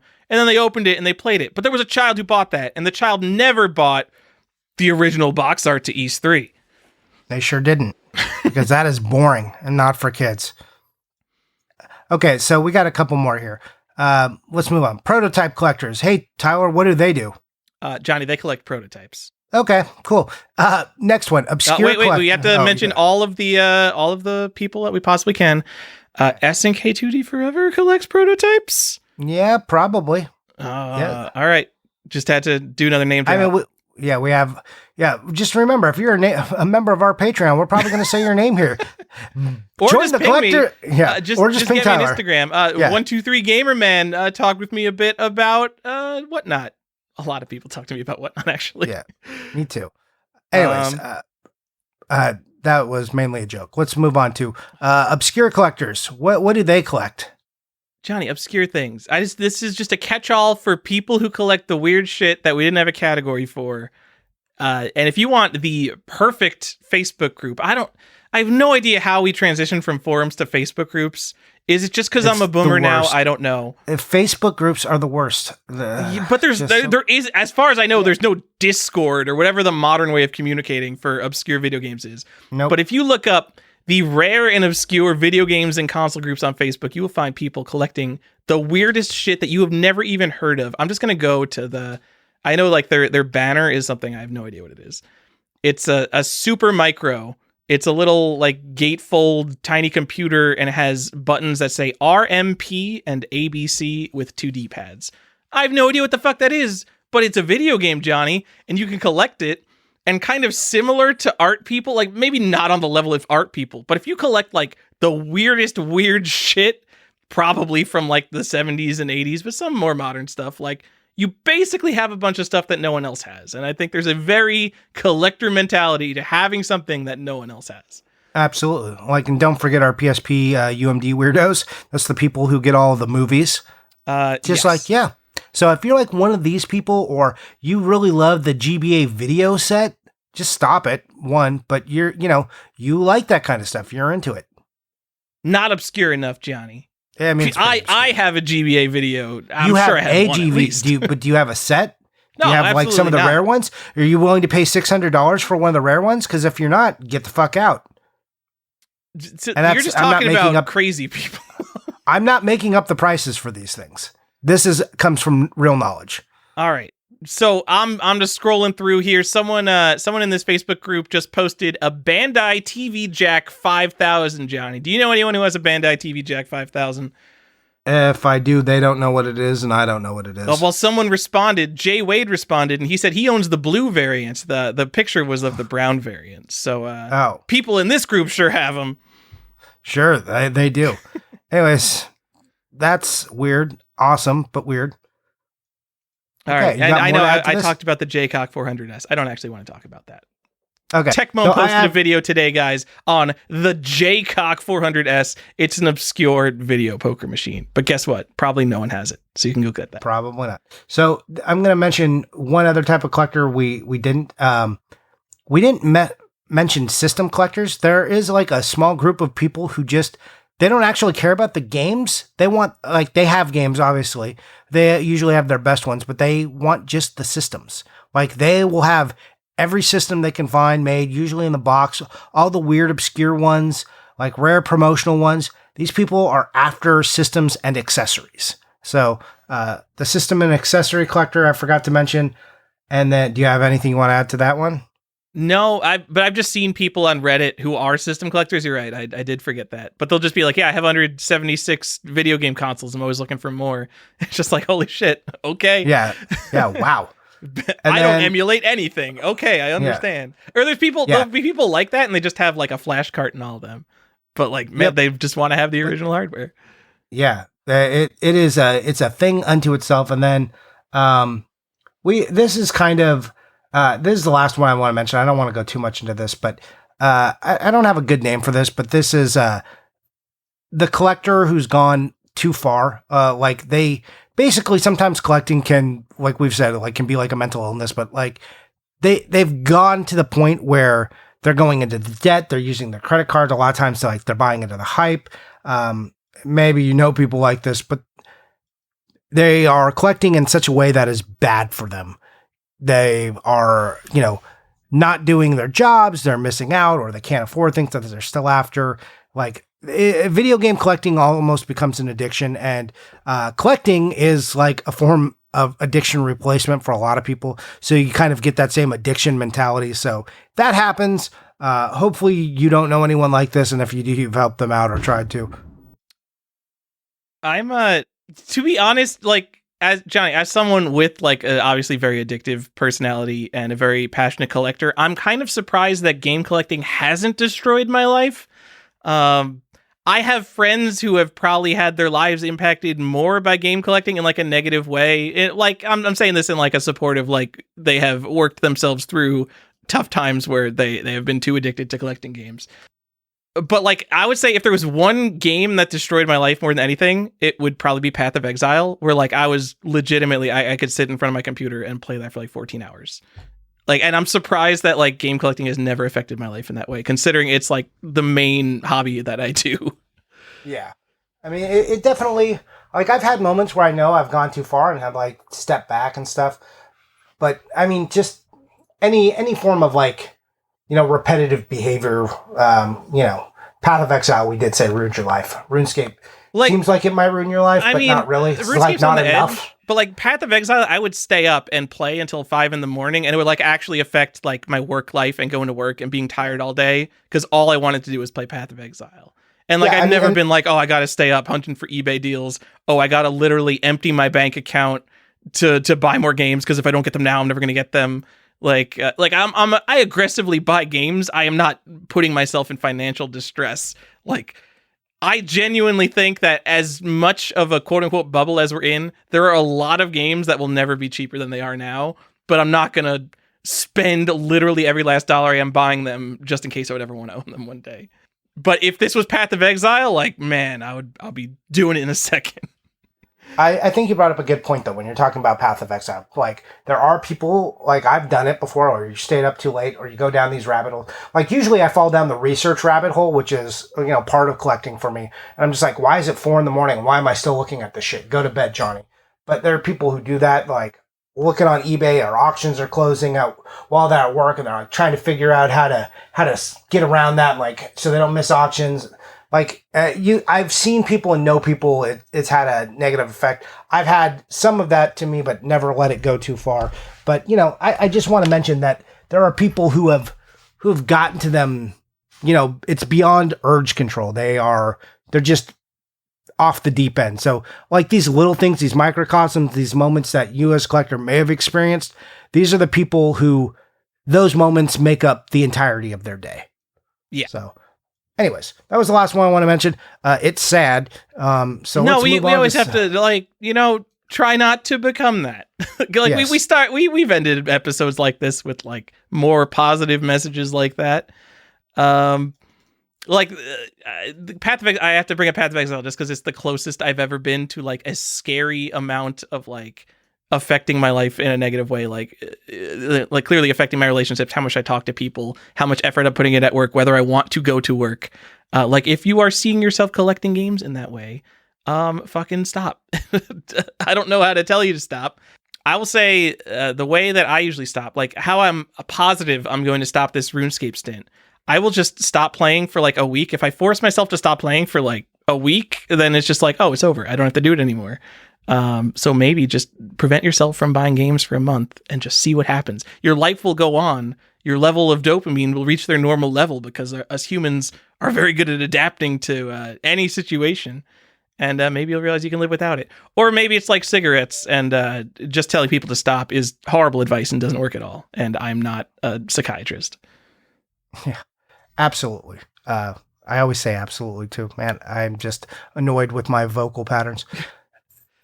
You could just say absolutely because I didn't come in here with a way to prepare people to stop themselves from video game addiction. We might need a whole episode on that. But you know what? That is Retrobird's latest YouTube video. I think that came out today. You want to hear about video game addiction? You can go listen to the Retrobird. I did not know that. I did not know we had some crossover there. But yeah, go check them out. All right, Tyler, let's move on to some questions. Do we got questions, Tyler? I'm sure we do. All right, VG Collectaholic asks, we all spend a lot of time talking about everything that's wrong, crazy, and worrisome with the current state of game collecting. This isn't new. We did the same thing 20 years ago, and most years in between. We all tend to have nostalgic colored glasses as collectors of relics/memories of the past. Is probably just our nature. That said, what's one thing about the current state of game collecting that you really enjoy or find to be positive? You want to go first, or you want me to go first? You go first. I was reading that for the first time in my life just now. So Yeah, sure, me you too. go I'm first. just hearing it. What do I find positive? You know, not. I don't see. I don't find everything negative. I think there's a lot of hyperbolic behavior. What I find to be a positive is still like the pockets of communities that want to have good conversations. I think the research is better. I think people spending more money on games has made people have to search more and understand more about games. So I think that's a general positive. I don't see a lot of positives like in price trends or anything. I mean, it's still kind of cheap to collect loose cards. You can still be on that train. Some games are still cheap if you're out there looking. So it hasn't affected stuff as much as people think. That I know that's not like a positive, but I don't think it's as bad as people say it is. Depends on where you're looking and like what you're interested in. I do like that there's more information coming out and, a renewed interest in old games and more people coming into the hobby. I like that. But yeah, I'm sorry, VG Collectaholic. I don't have a super like, here's my shining sunny answer where everything's great, because I think it's a mixed bag. Save me, Tyler. Tell me something great that happened that I just can't think of off the top of my head. I'm still thinking. Like, I feel like most of the positive things that have come out of game collecting, especially in the last 2 years. So, yes, we've constantly been worried about the state of game collecting. So from 2012 to 2017, I actually wasn't collecting for a good chunk of that because I was super hardcore into pinball. But when I came back in 2016, I didn't change how I collected. I basically grinned and bared it, and I'm like, oh shit, everything is way more expensive, double the price it used to be. Okay, I still want video games. I guess I just have to buy this. Over the past couple of years, though, there have been a lot of things where it's just been like, okay, complete in box Nintendo games, like some of these, I'm just not going to buy them. And so I end up looking in other places. And like you already said, me looking in other places has caused me to learn a lot more about video games in general and has expanded my horizons. So I think that is a positive. That's also just in part because of me shifting my focus on what kind of things I like to collect. But if people being priced out of Little Samson, like literally we have a forum of people and the games they care about are fucking Flintstones 2 and Little Samson and Stadium Events, and that's like what the majority of people only care about. If all of a sudden you just priced everyone out of that and they'll have to go find their own interests, maybe that creates a world where people are sort of interested in different things and we don't have as much laser focus on these quote-unquote grails. But yeah, I'm kind of with you. It's not like the most positive thing in the world, but yeah. Expanding all of our horizons by moving on. Okay. Any more questions you want to tackle? Yeah, Zeno only has 3 here in a row. But I appreciate the questions. They look similar. I'm extremely curious about what the collecting landscape will look like in the future. In 5 years, do you think loose NES games will be more or less expensive than they are now? And then they have the same question about sealed NES and SNES and N64 and sealed Wii, Xbox 360, and PS3. Predict the future, Johnny. Let's do it. Well, okay, so NES games, loose. Are they going to be more money? I mean, are we not accounting for inflation, which is crazy right now? I think you have to count for inflation. Because of inflation, I think everything will go up. Yeah. Yes. Both because of the in terms of like past performance and future results, I know supposedly not correlated. Video games have basically always gone up slightly over time, whether it's due to inflation or whatever, and I don't see that changing, especially for popular stuff. I think video game collecting as a hobby will only get more popular as games as a medium become older. Because, like, if you think about who collects games, you have some people in their, like, 50s, 60s who are kind of like Atari diehards and might only collect Atari. But 30 years from now, you will have people of every age, no matter what, collecting games. Unless the bottom part of the market drops off, which would be very interesting. So unless you have a generation of kids who literally, the concept of collecting media doesn't appeal to them because they live in a digital world. But that's not 5 years away. You see, that's not 5 years away. Like in the short term, yeah, I think basically everything is going to be more expensive in 5 years. Yeah, so people bring up the Atari thing. Well, look at what happened to Atari prices. We're in a unique age right now because we were children and we grew up with video games. Those like old Atari guys, that generation didn't all grow up with video games. We've all been incorporating video games into our lives since basically you were born. Even me, who is older, like since I was like 5, and I can even count 3 years old because there was some Atari stuff, but there's always been video games. They've been ever present. It's not just a thing that the kids do. It's like, I'm an adult, I do this. I know my son will play video games. Like when Atari was there and you were trying to play it, these old men were playing it, there wasn't this, or when you're as a kid, your parents didn't know that video games were a thing that were here to say. They're like, what's this crazy new contraption you kids are playing with? That's not it anymore. Video games are understood. It's a medium. It's one of the biggest industries in the world now. So I don't think the attention span is dropping off for video games. Not in the 5-year mark. Will people care less about Nintendo? Maybe, but if Nintendo keeps promoting the characters, and that's what Nintendo is very good at.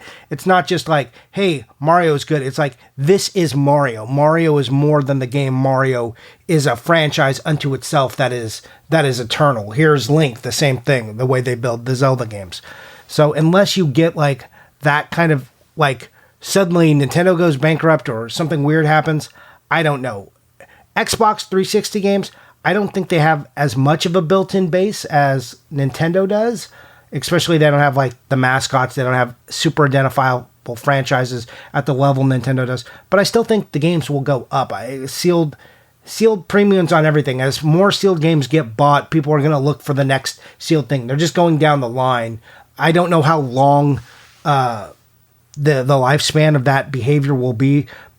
But if I'm just thinking about it honestly, in 5 years, I think everything just goes up in general. Johnny, just so you know, people have bought copies of Super Mario Odyssey for over $1,000. We are at the end of the line. So every generation is being considered. I know, but Xbox is a little less like, that's what I'm saying. Mario's are a different thing than everything else.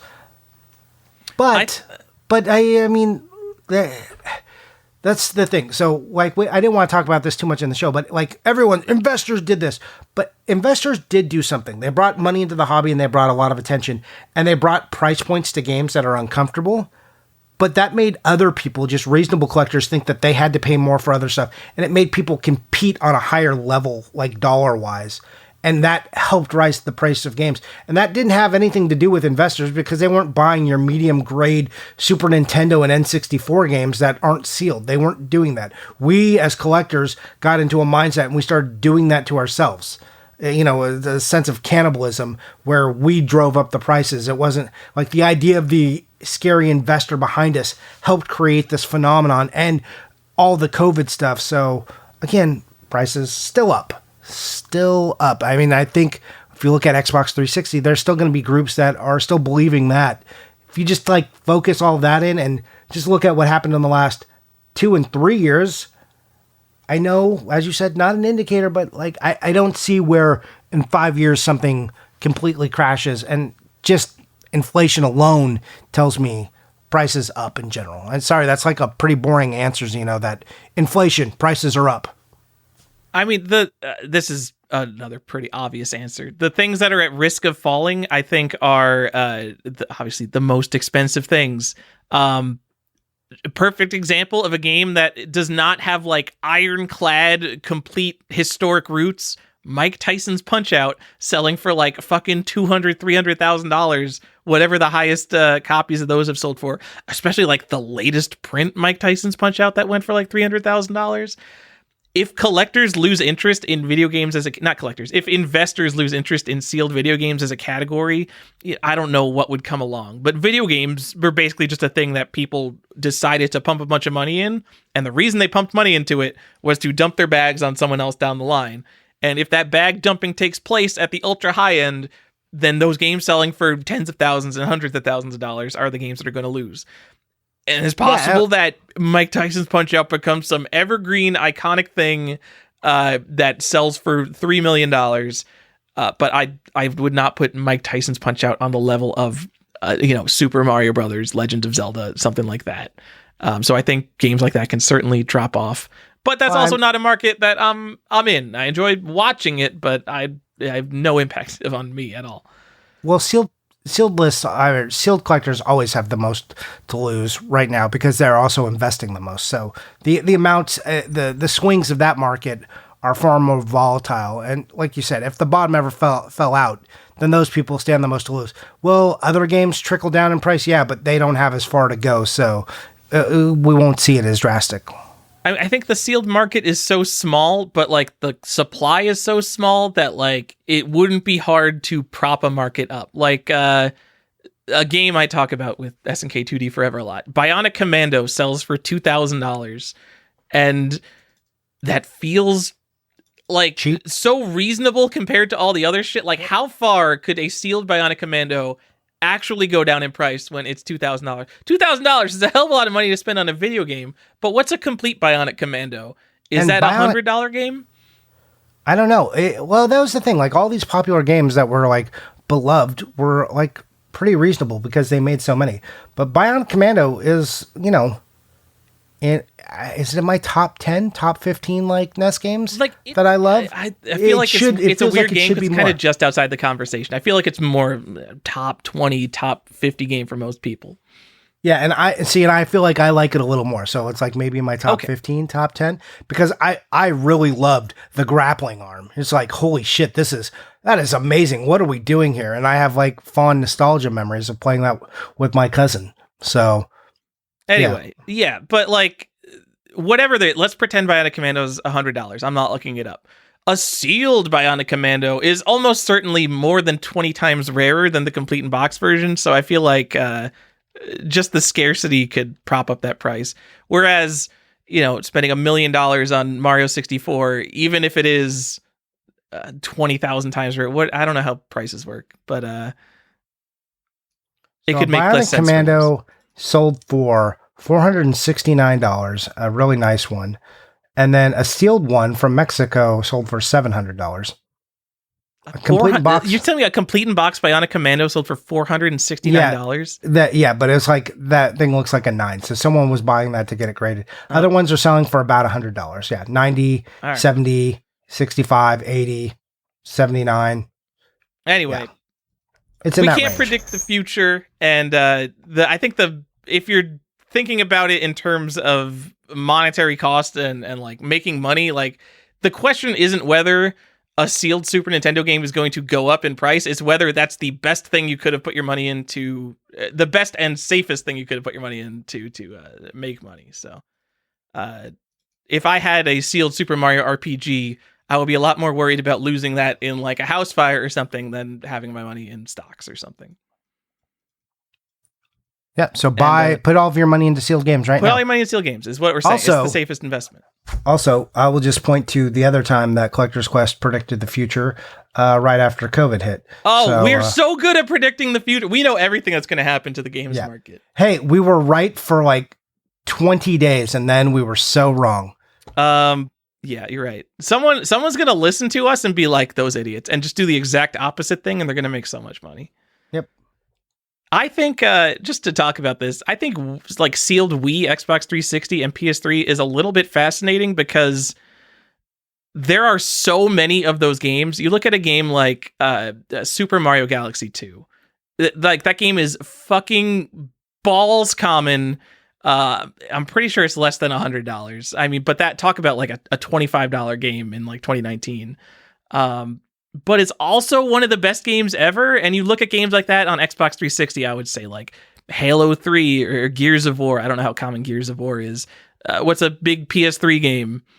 Is it balls common, Johnny? Uncharted 2, balls common, game sealed. And I know they've probably been bought out for 2 years, but fucking Uncharted 2s are out there. Yes. And yes, first prints. Get them. But I think like there might be so much demand, like a Super Mario Galaxy 2 might still be, well, in 5 years, probably still will be more money than it is now. Yeah. Regardless of how well the sealed game market does, I think. Okay. All right. More questions. You done? So we've predicted the future. Okay. We did it. We did it. We've done it. So Super Mario Galaxy 2 in 5 years, guaranteed. That is going to be like $10 sealed. They're going to find like the absolute fucking warehouse on that game now that I see And that's always the risk, right? The secret warehouse of games that suddenly will be found. I mean, I don't think like for these modern games, I feel like I don't know enough about video game logistics, but I know that having a case of like NES games, if someone had a case of Bionic Commandos, that would be like, oh fucking shit, that's a case of Bionic Commandos. If someone had a case of Super Mario Galaxy, I'd be like, yeah, all right. Yeah, that makes sense. I mean, people were collecting games already. People were speculating on games in the 2000s. It wasn't like a weird thing to collect games, where if you were saving and collecting games in 1987, yeah, that's a pretty weird fucking thing you were doing. Yeah, that is weird. All right. Are people doing that? Do people collect games back in? I don't know, Johnny. Why See, this doesn't, man, like the future of the now market doesn't interest me. I want to know about what the kids are going to collect, Johnny. I just want to know. I want to have an entire generation just decide that video games are garbage and not collect them. Yeah, and just I want it to go the way of Lionel trains. Like just people like, oh yeah, we don't care about trains anymore. We got video games now. Do it'd be so people so not interesting. care? Oh no! What if Lionel the metaverse? trains? What if NFTs just take over game collecting and kids just collect NFTs? That sounds so stupid, but you know what sounded stupid in 1977? Collecting video games. So what's the next thing, Johnny? I'm sorry. You told me people don't like Lionel trains anymore, and I'm upset. People don't like Lionel trains anymore. You just bought that Harry Potter one though, right? I did, yeah. That's pretty fucking cool. My son loves it. We put that track together, and he loves to watch it, and he loves taking the control. It's so weird because I like trains. They got like that remote control. Now I can just control it with my phone. That's where we are with trains. Yep, Get out. I have Turn a manual. I have a manual controller, and I have my phone, which I can hit all the sound effects and stuff on. Oh no. This sounds too modern. I mean, I guess like it's a dying category and they have to do things to like be like pretend it's like a hip and new thing, because otherwise who's buying model trains? But you've got it's just like a lever, it's like a red like a throttle lever, right? You can twist it. Yeah, just want to make sure they still got all the things they had before. There's just also this is as well as it has this app now. So we're in I think trains are coming back. Yeah. I don't. So if we went on a train forum, I bet there were people who looked at that Harry Potter set that came out last year. No, there's been multiple instances of this train. It's been around for ages. But I bet there are people who talk about this Harry Potter train because like Harry Potter is the biggest. This is thing the in newest one. world. I did not buy the original print. I bought the modern. Whatever. They look at that and they're like, "Oh my god, this is it, guys. We're gonna get kids back into trains. People are gonna start collecting trains again. Our hobby is coming back." In like 40 years, though, if kids live in the digital future and just like media is not a thing that they collect anymore, are we gonna be those people on the forum where like they're coming out with the Switch plug and play ultra classic play games from 40 years ago, and we're gonna be like, yeah, this is gonna get kids interested in Nintendo games again. Everyone's gonna be back into buying video games. It's gonna be so cool. Yes. Like, are we gonna be those guys? Yes. Of this complete straw man of a train collector that I completely made up? Yep. That's so our interested. future. I'm sorry to tell you that this is our future. All right, Johnny, this episode might be going a little bit long. So do you want to tell me what you're buying and what you're playing? No. I'll tell you what I'm playing first. I forgot to mention in the last episode that I was playing a bunch of dumb games that I posted, like Snatcher and Cotton and all these other games, because I'm borrowing Stefan's Polymega, and I'm like, man, this is a really easy way to play all these CD games that I normally can't play. So I did that. That was some stuff I did before. So that was fun. And as I mentioned earlier in the show, I've been playing Elden Ring. Didn't know it's a Souls game, but yeah, I've put a little bit of time into that. Like, I don't know, 10 hours or so, maybe 15. So yeah, I've been playing Elden Ring and dying. And then when I thought I was dead, then I died some more, and then I died some more, and then I died. And yeah, it's a lot of dying. I hear it's I am not one of good. the easiest modern sure. From Software games, and that people who play Souls games just breeze through it, Johnny. I'm sure, and I am not those people. I'm a narrative guy now. My days of like I love hard games is over. There used to be a time, and I used to look down and deride people for that, but those days are gone. And now I'm just like, give me a nice, comfortable chair and a cold drink and an easy experience. Yes. So, yeah, I've been playing that. What did I buy? Well, I bought Elden Ring, Tyler. Oh, I know that sounds like a shock, but I bought a physical copy, and I did debate buying the regular copy or buying the digital copy. I was like, maybe I'll just buy the digital one because I've done that with quite a few games. So I just don't want to deal with it. And I was in a Best Buy, so I was like, fine, I got to buy this other thing, so might as well. And I did. Oh, I thought you were going to say you bought the collector's edition or something. No, I did not buy it. It did come with a steelbook that I don't know what to do with. Wait, what? The regular? Oh, because you like pre-ordered it or something? Yeah, it was like the day of. It's like, here's a steelbook. I was like, thanks. I'm in. Yeah, free steelbook of a game you already have a case for. You know, I love that stuff. Yeah, Johnny. me too. Like I was like, then that was like the sickness in me because like I really don't want it, but at that point, the collector in me was like, well, you have to take the fucking steelbook. But I really don't want it. Next to it on the shelf. It's gonna break up. You got it on PS5? No, Xbox. Xbox Series X. Xbox. I don't have a PS. Anyway, it's going to break up like the continuity of the shelf because you want to put it next to the other copy of Elden Ring, right? So, yeah, Xbox. Yeah, Xbox Series X. What do you want?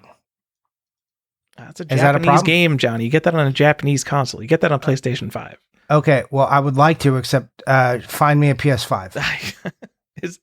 That is what I know. Like coronavirus is the weirdest time. Are you serious? I'm on Amazon right now. We're in the dumbest to paint timeline. a word picture.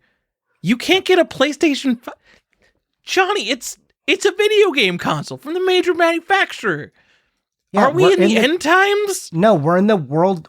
I call it the dumbest timeline. We're in the dumbest timeline. This is everything. Like whatever the dumbest thing that could happen. So like we went into a pandemic, right? And then we went into a war. Like, yeah, that makes sense. Like, cool. Why not? So just imagine everything that's going on. And it starts like, we can draw this back to game. It's like, man, games should go down because people won't have money and people are going to lose jobs because this pandemic is horrible, right? And then, no, prices just went up and people just spent money like crazy. I don't understand that, but hey, it happened. So yeah, we're in the dumbest timeline. I can't be right. So someone else figure it out. Can you not get an Xbox either? It looks like they're $800 on Amazon. That seems like clearly too much. They are hard to find. That's and crazy. I only got one because Clearvis got the Halo one and was like, "Hey, does anyone want my original?" I was like, "Yeah, I'll take that because I can't find one."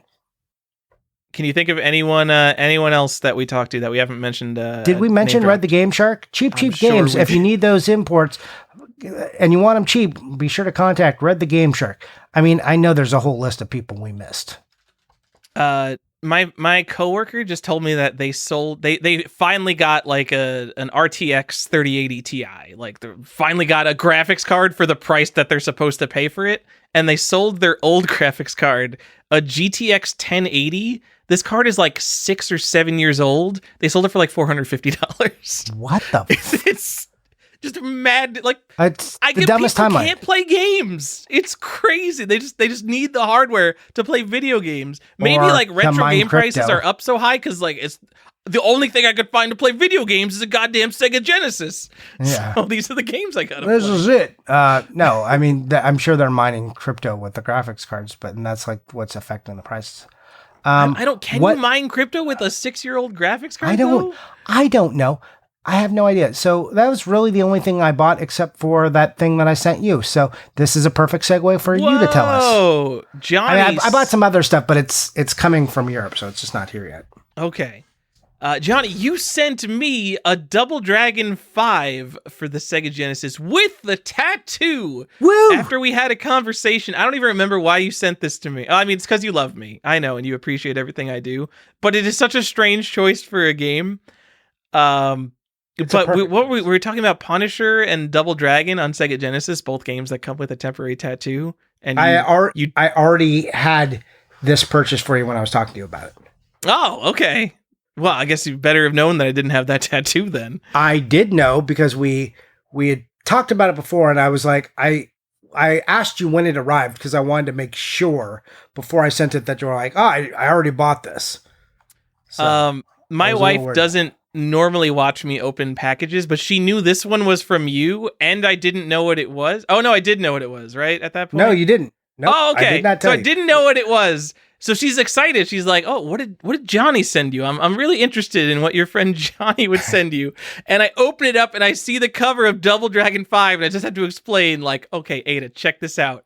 This game, I already have this game, but it comes with a temporary tattoo inside that's super rare."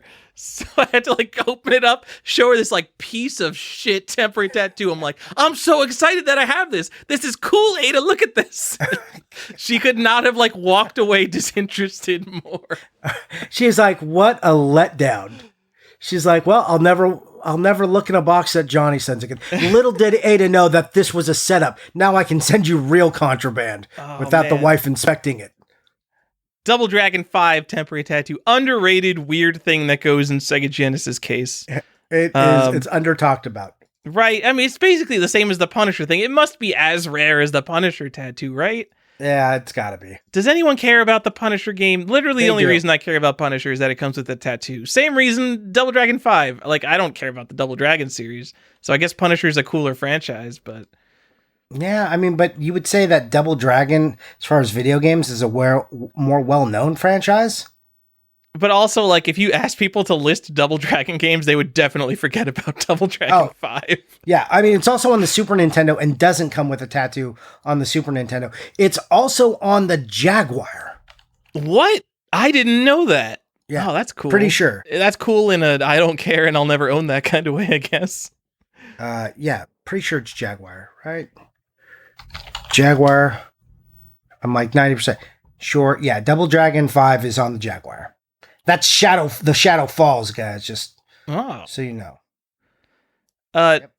All right, Johnny. I actually did buy a couple things because it's been a couple weeks here. I will say that I put in the biggest bid of my life for a video game, 4 or 5 times higher than I've ever paid for any video game ever.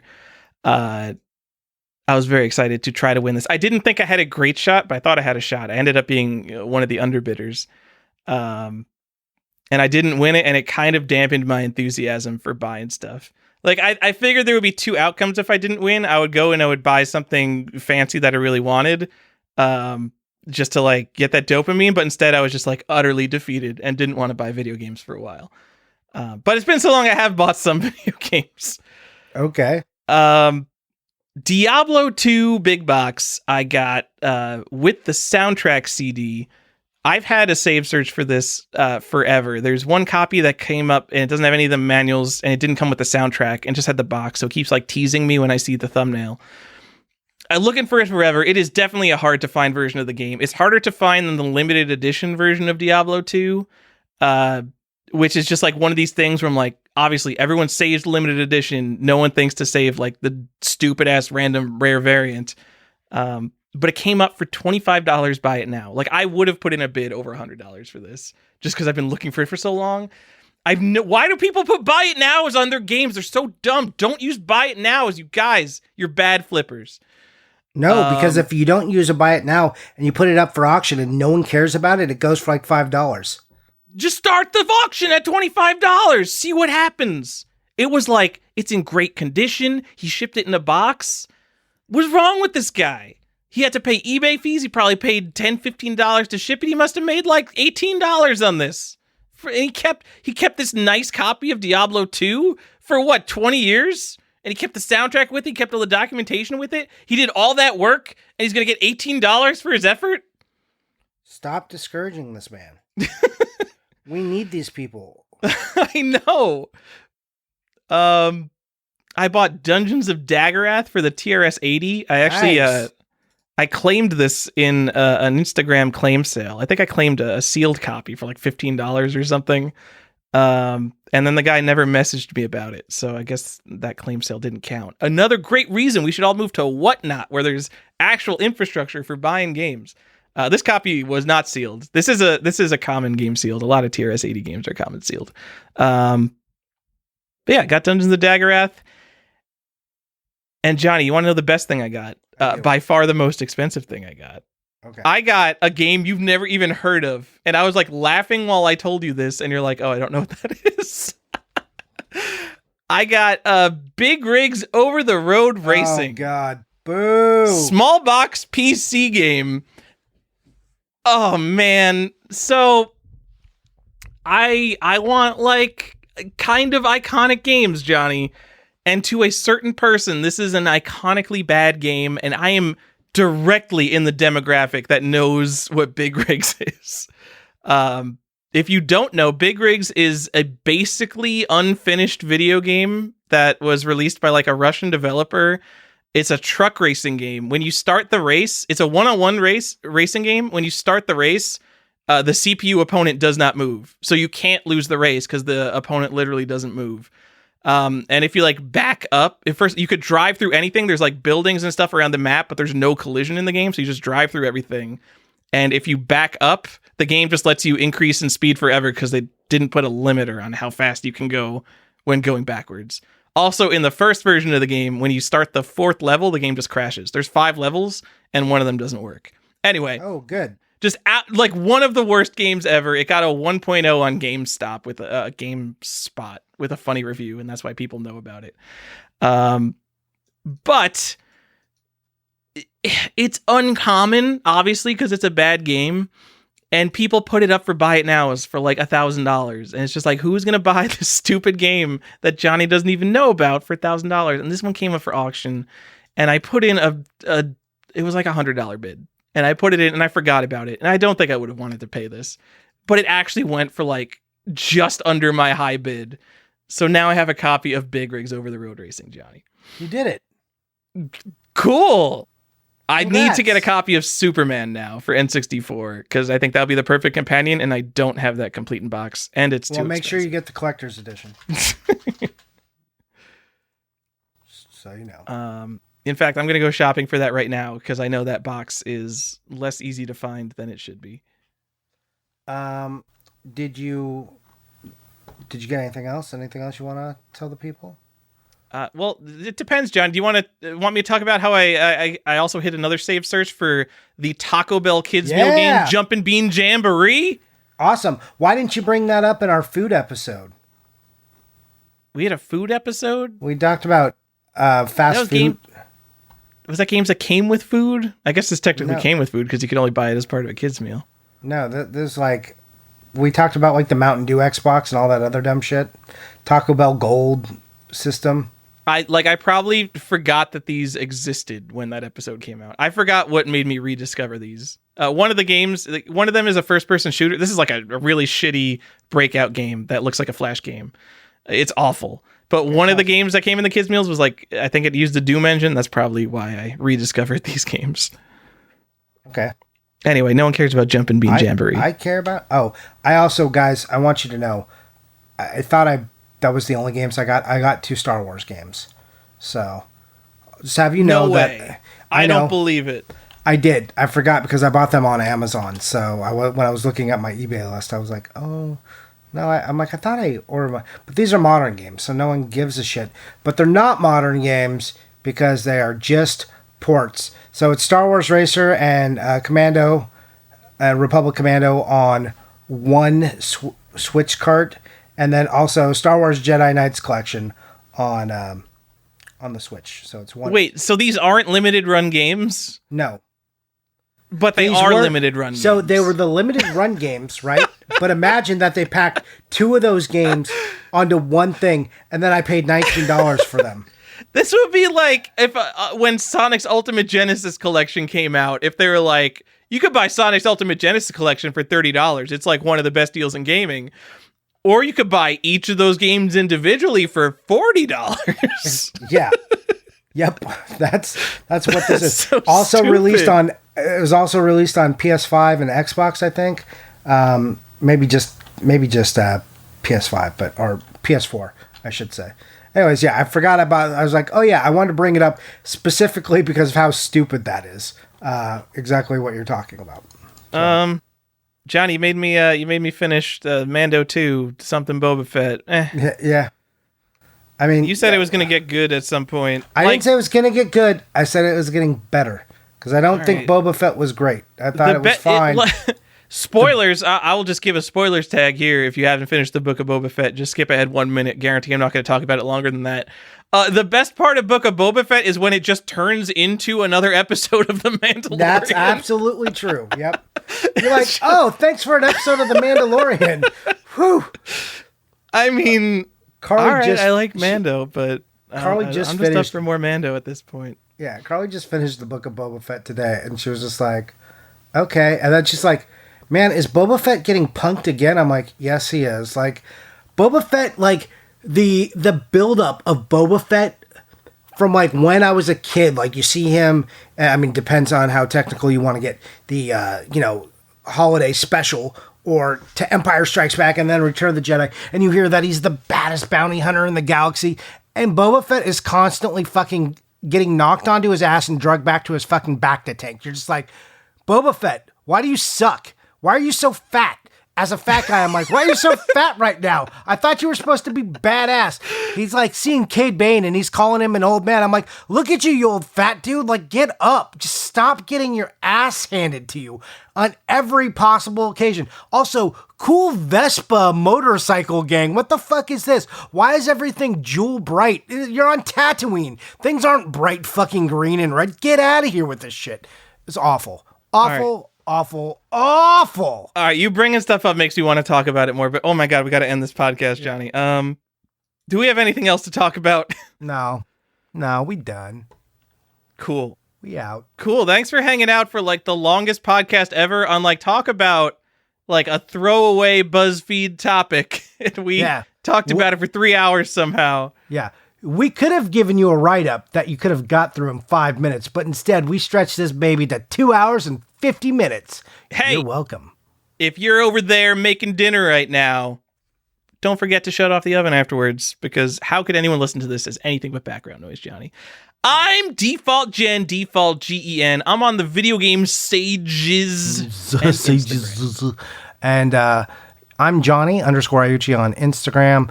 And you can also find me on our Discord. To get to our Discord, you can join our Patreon for as little as $2 or as much as $6, but $4 is the sweet spot where you get our bonus content. If you really like when Tyler and I have these tangential conversations and talk about books and other nonsense, that's what we do there. You can find it at patreon.com/collectorsquest if you want. If not, you're still getting the same great show or same medium show that you're getting now. But we want to know, we appreciate you. We appreciate all of our patrons. Thank you so much. But we also appreciate just the people who join us every other week and listen to us for 3 hours talk about this kind of stuff. Thanks so much. Have a nice evening, morning, or day. Bye!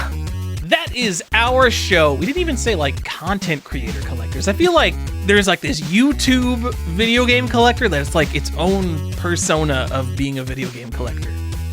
Anyway, thank you for all the emails you've sent us in the last 45 minutes. Yes, we did multiple times get the definition of ephemera wrong. Ephemera is short-term purpose memorabilia. Basically, paper, just ticket stubs and things like that. We were basically using it interchangeably with tchotchkes. Also, I suppose it's more relevant than ever to give proper credit, but Big Rigs Over-the-Road Racing was developed in Ukraine, not Russia. Thank you to 8-Bit, APE-Bit, like the monkey, 8bit.bandcamp.com. He does our amazing intro music. And thank you to the patrons: Richard, patron #1 voting, Canadian Variant Alert, Chris Glidden, Nintendo World Champion, Daniel Jacksvik, Hein Collector, Andrew Brim, Greeting Stranger, I'm not surprised to see Andrew Shelton around here, 50 Hertz is good enough for me, Andre, Video Games Were Meant to Be Slabbed, Brandon Ackley, Brian Gupta, and Pocky and Rocky with Becky, Mint Condition, Brian J. Mora, The Strictly Limited, Super Rare, Bruno, Fat Cat Collector, Chris Jackson, Chris SNK, Too Many NES Accessories, Brozek, Johnny's GBA Hookup, Coffee with Mr. Saturn, Playing with Power, Connor Strange. Am I recording right now? Oh, thank God.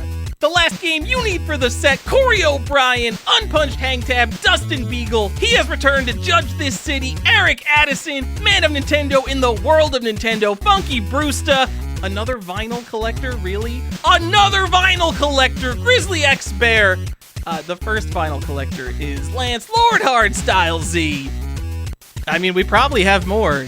Post your copy of Toto 4 on Instagram if you are a vinyl collector. The actual Shinobi, Jasonic the Kid, Jeff the Game Boy Ferris, Red Pyramid Thing, Jonathan Shados, the Nintendo Tape Archivist, Joseph Leo, Lance Lord Hardstyle Z, the Degenerate Matt Fall, Mr. CIB, get your loose Genesis carts out of here, Focoland Employee, Platform Agnostic, Red the Game Shark, the Famicom Box, Retro Game Enthusiast, They Could Beat Ghosts and Goblins Twice, Chefish, Vintage Video Game Connoisseur who knows they're better than modern games, The Fuzzy, Sean, the Gamer Collective, the New Craft, who can beat Mega Man without the pause trick impossible, Previously Unknown Variant, Tim Walker, From the Internet, Todd Fisher, Can't Put Limits on Collecting, VG Collectaholic, not a hoarder, he's not a hoarder, guys.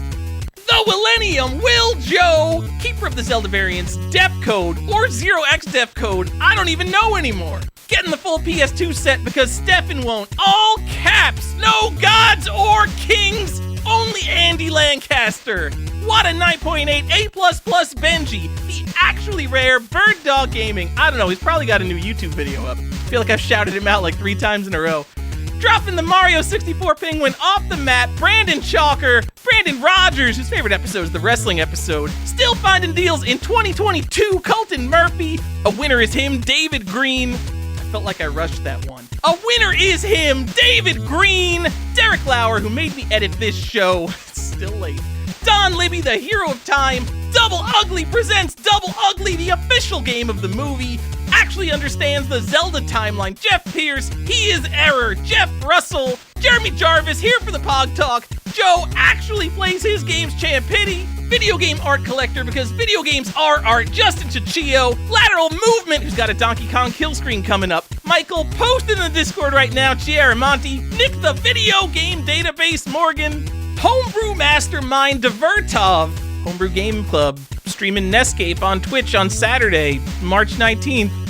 I don't know who has time to listen to a 3-hour podcast before this Saturday. But hey, if you do stuff, you get free shoutouts at the end of the show part. Who even listens to this? The other guy who collects Korean releases, Peaceful Games, Dungeon Master, Reed Stubenik, The Promoter, Retro RPG Podcast. They do the Retro RPG Podcast, by the way. Tom, Obscure Variant Chaser Chase, Zaventorian, he knows all 97 Nintendo games, 32 bits or less, 32 bits or less, do the math! Andrew, actually collecting N-Gage. Oh, Ben Parker, a bad enough dude to rescue the president. Chesno, all your base are belong to him. Colby, he is Sinistar. Corrigan does what Nintendo don't. Daniel McArdle, who thought this was the Retronauts Patreon. The Modern Database, Danny Gomez. The Philatelist, Dork Overlord. My Childhood PlayStation Idol, Game-Rave.com. Joseph Rogers got 50,000 on Double Dragon. Collector of everything, including Atari. Kalen McAteer, Sam, Sega Mark III Marks, and Sean the Video Game Illuminati LaCroix. Thank you guys so much. LaCroix, I don't know.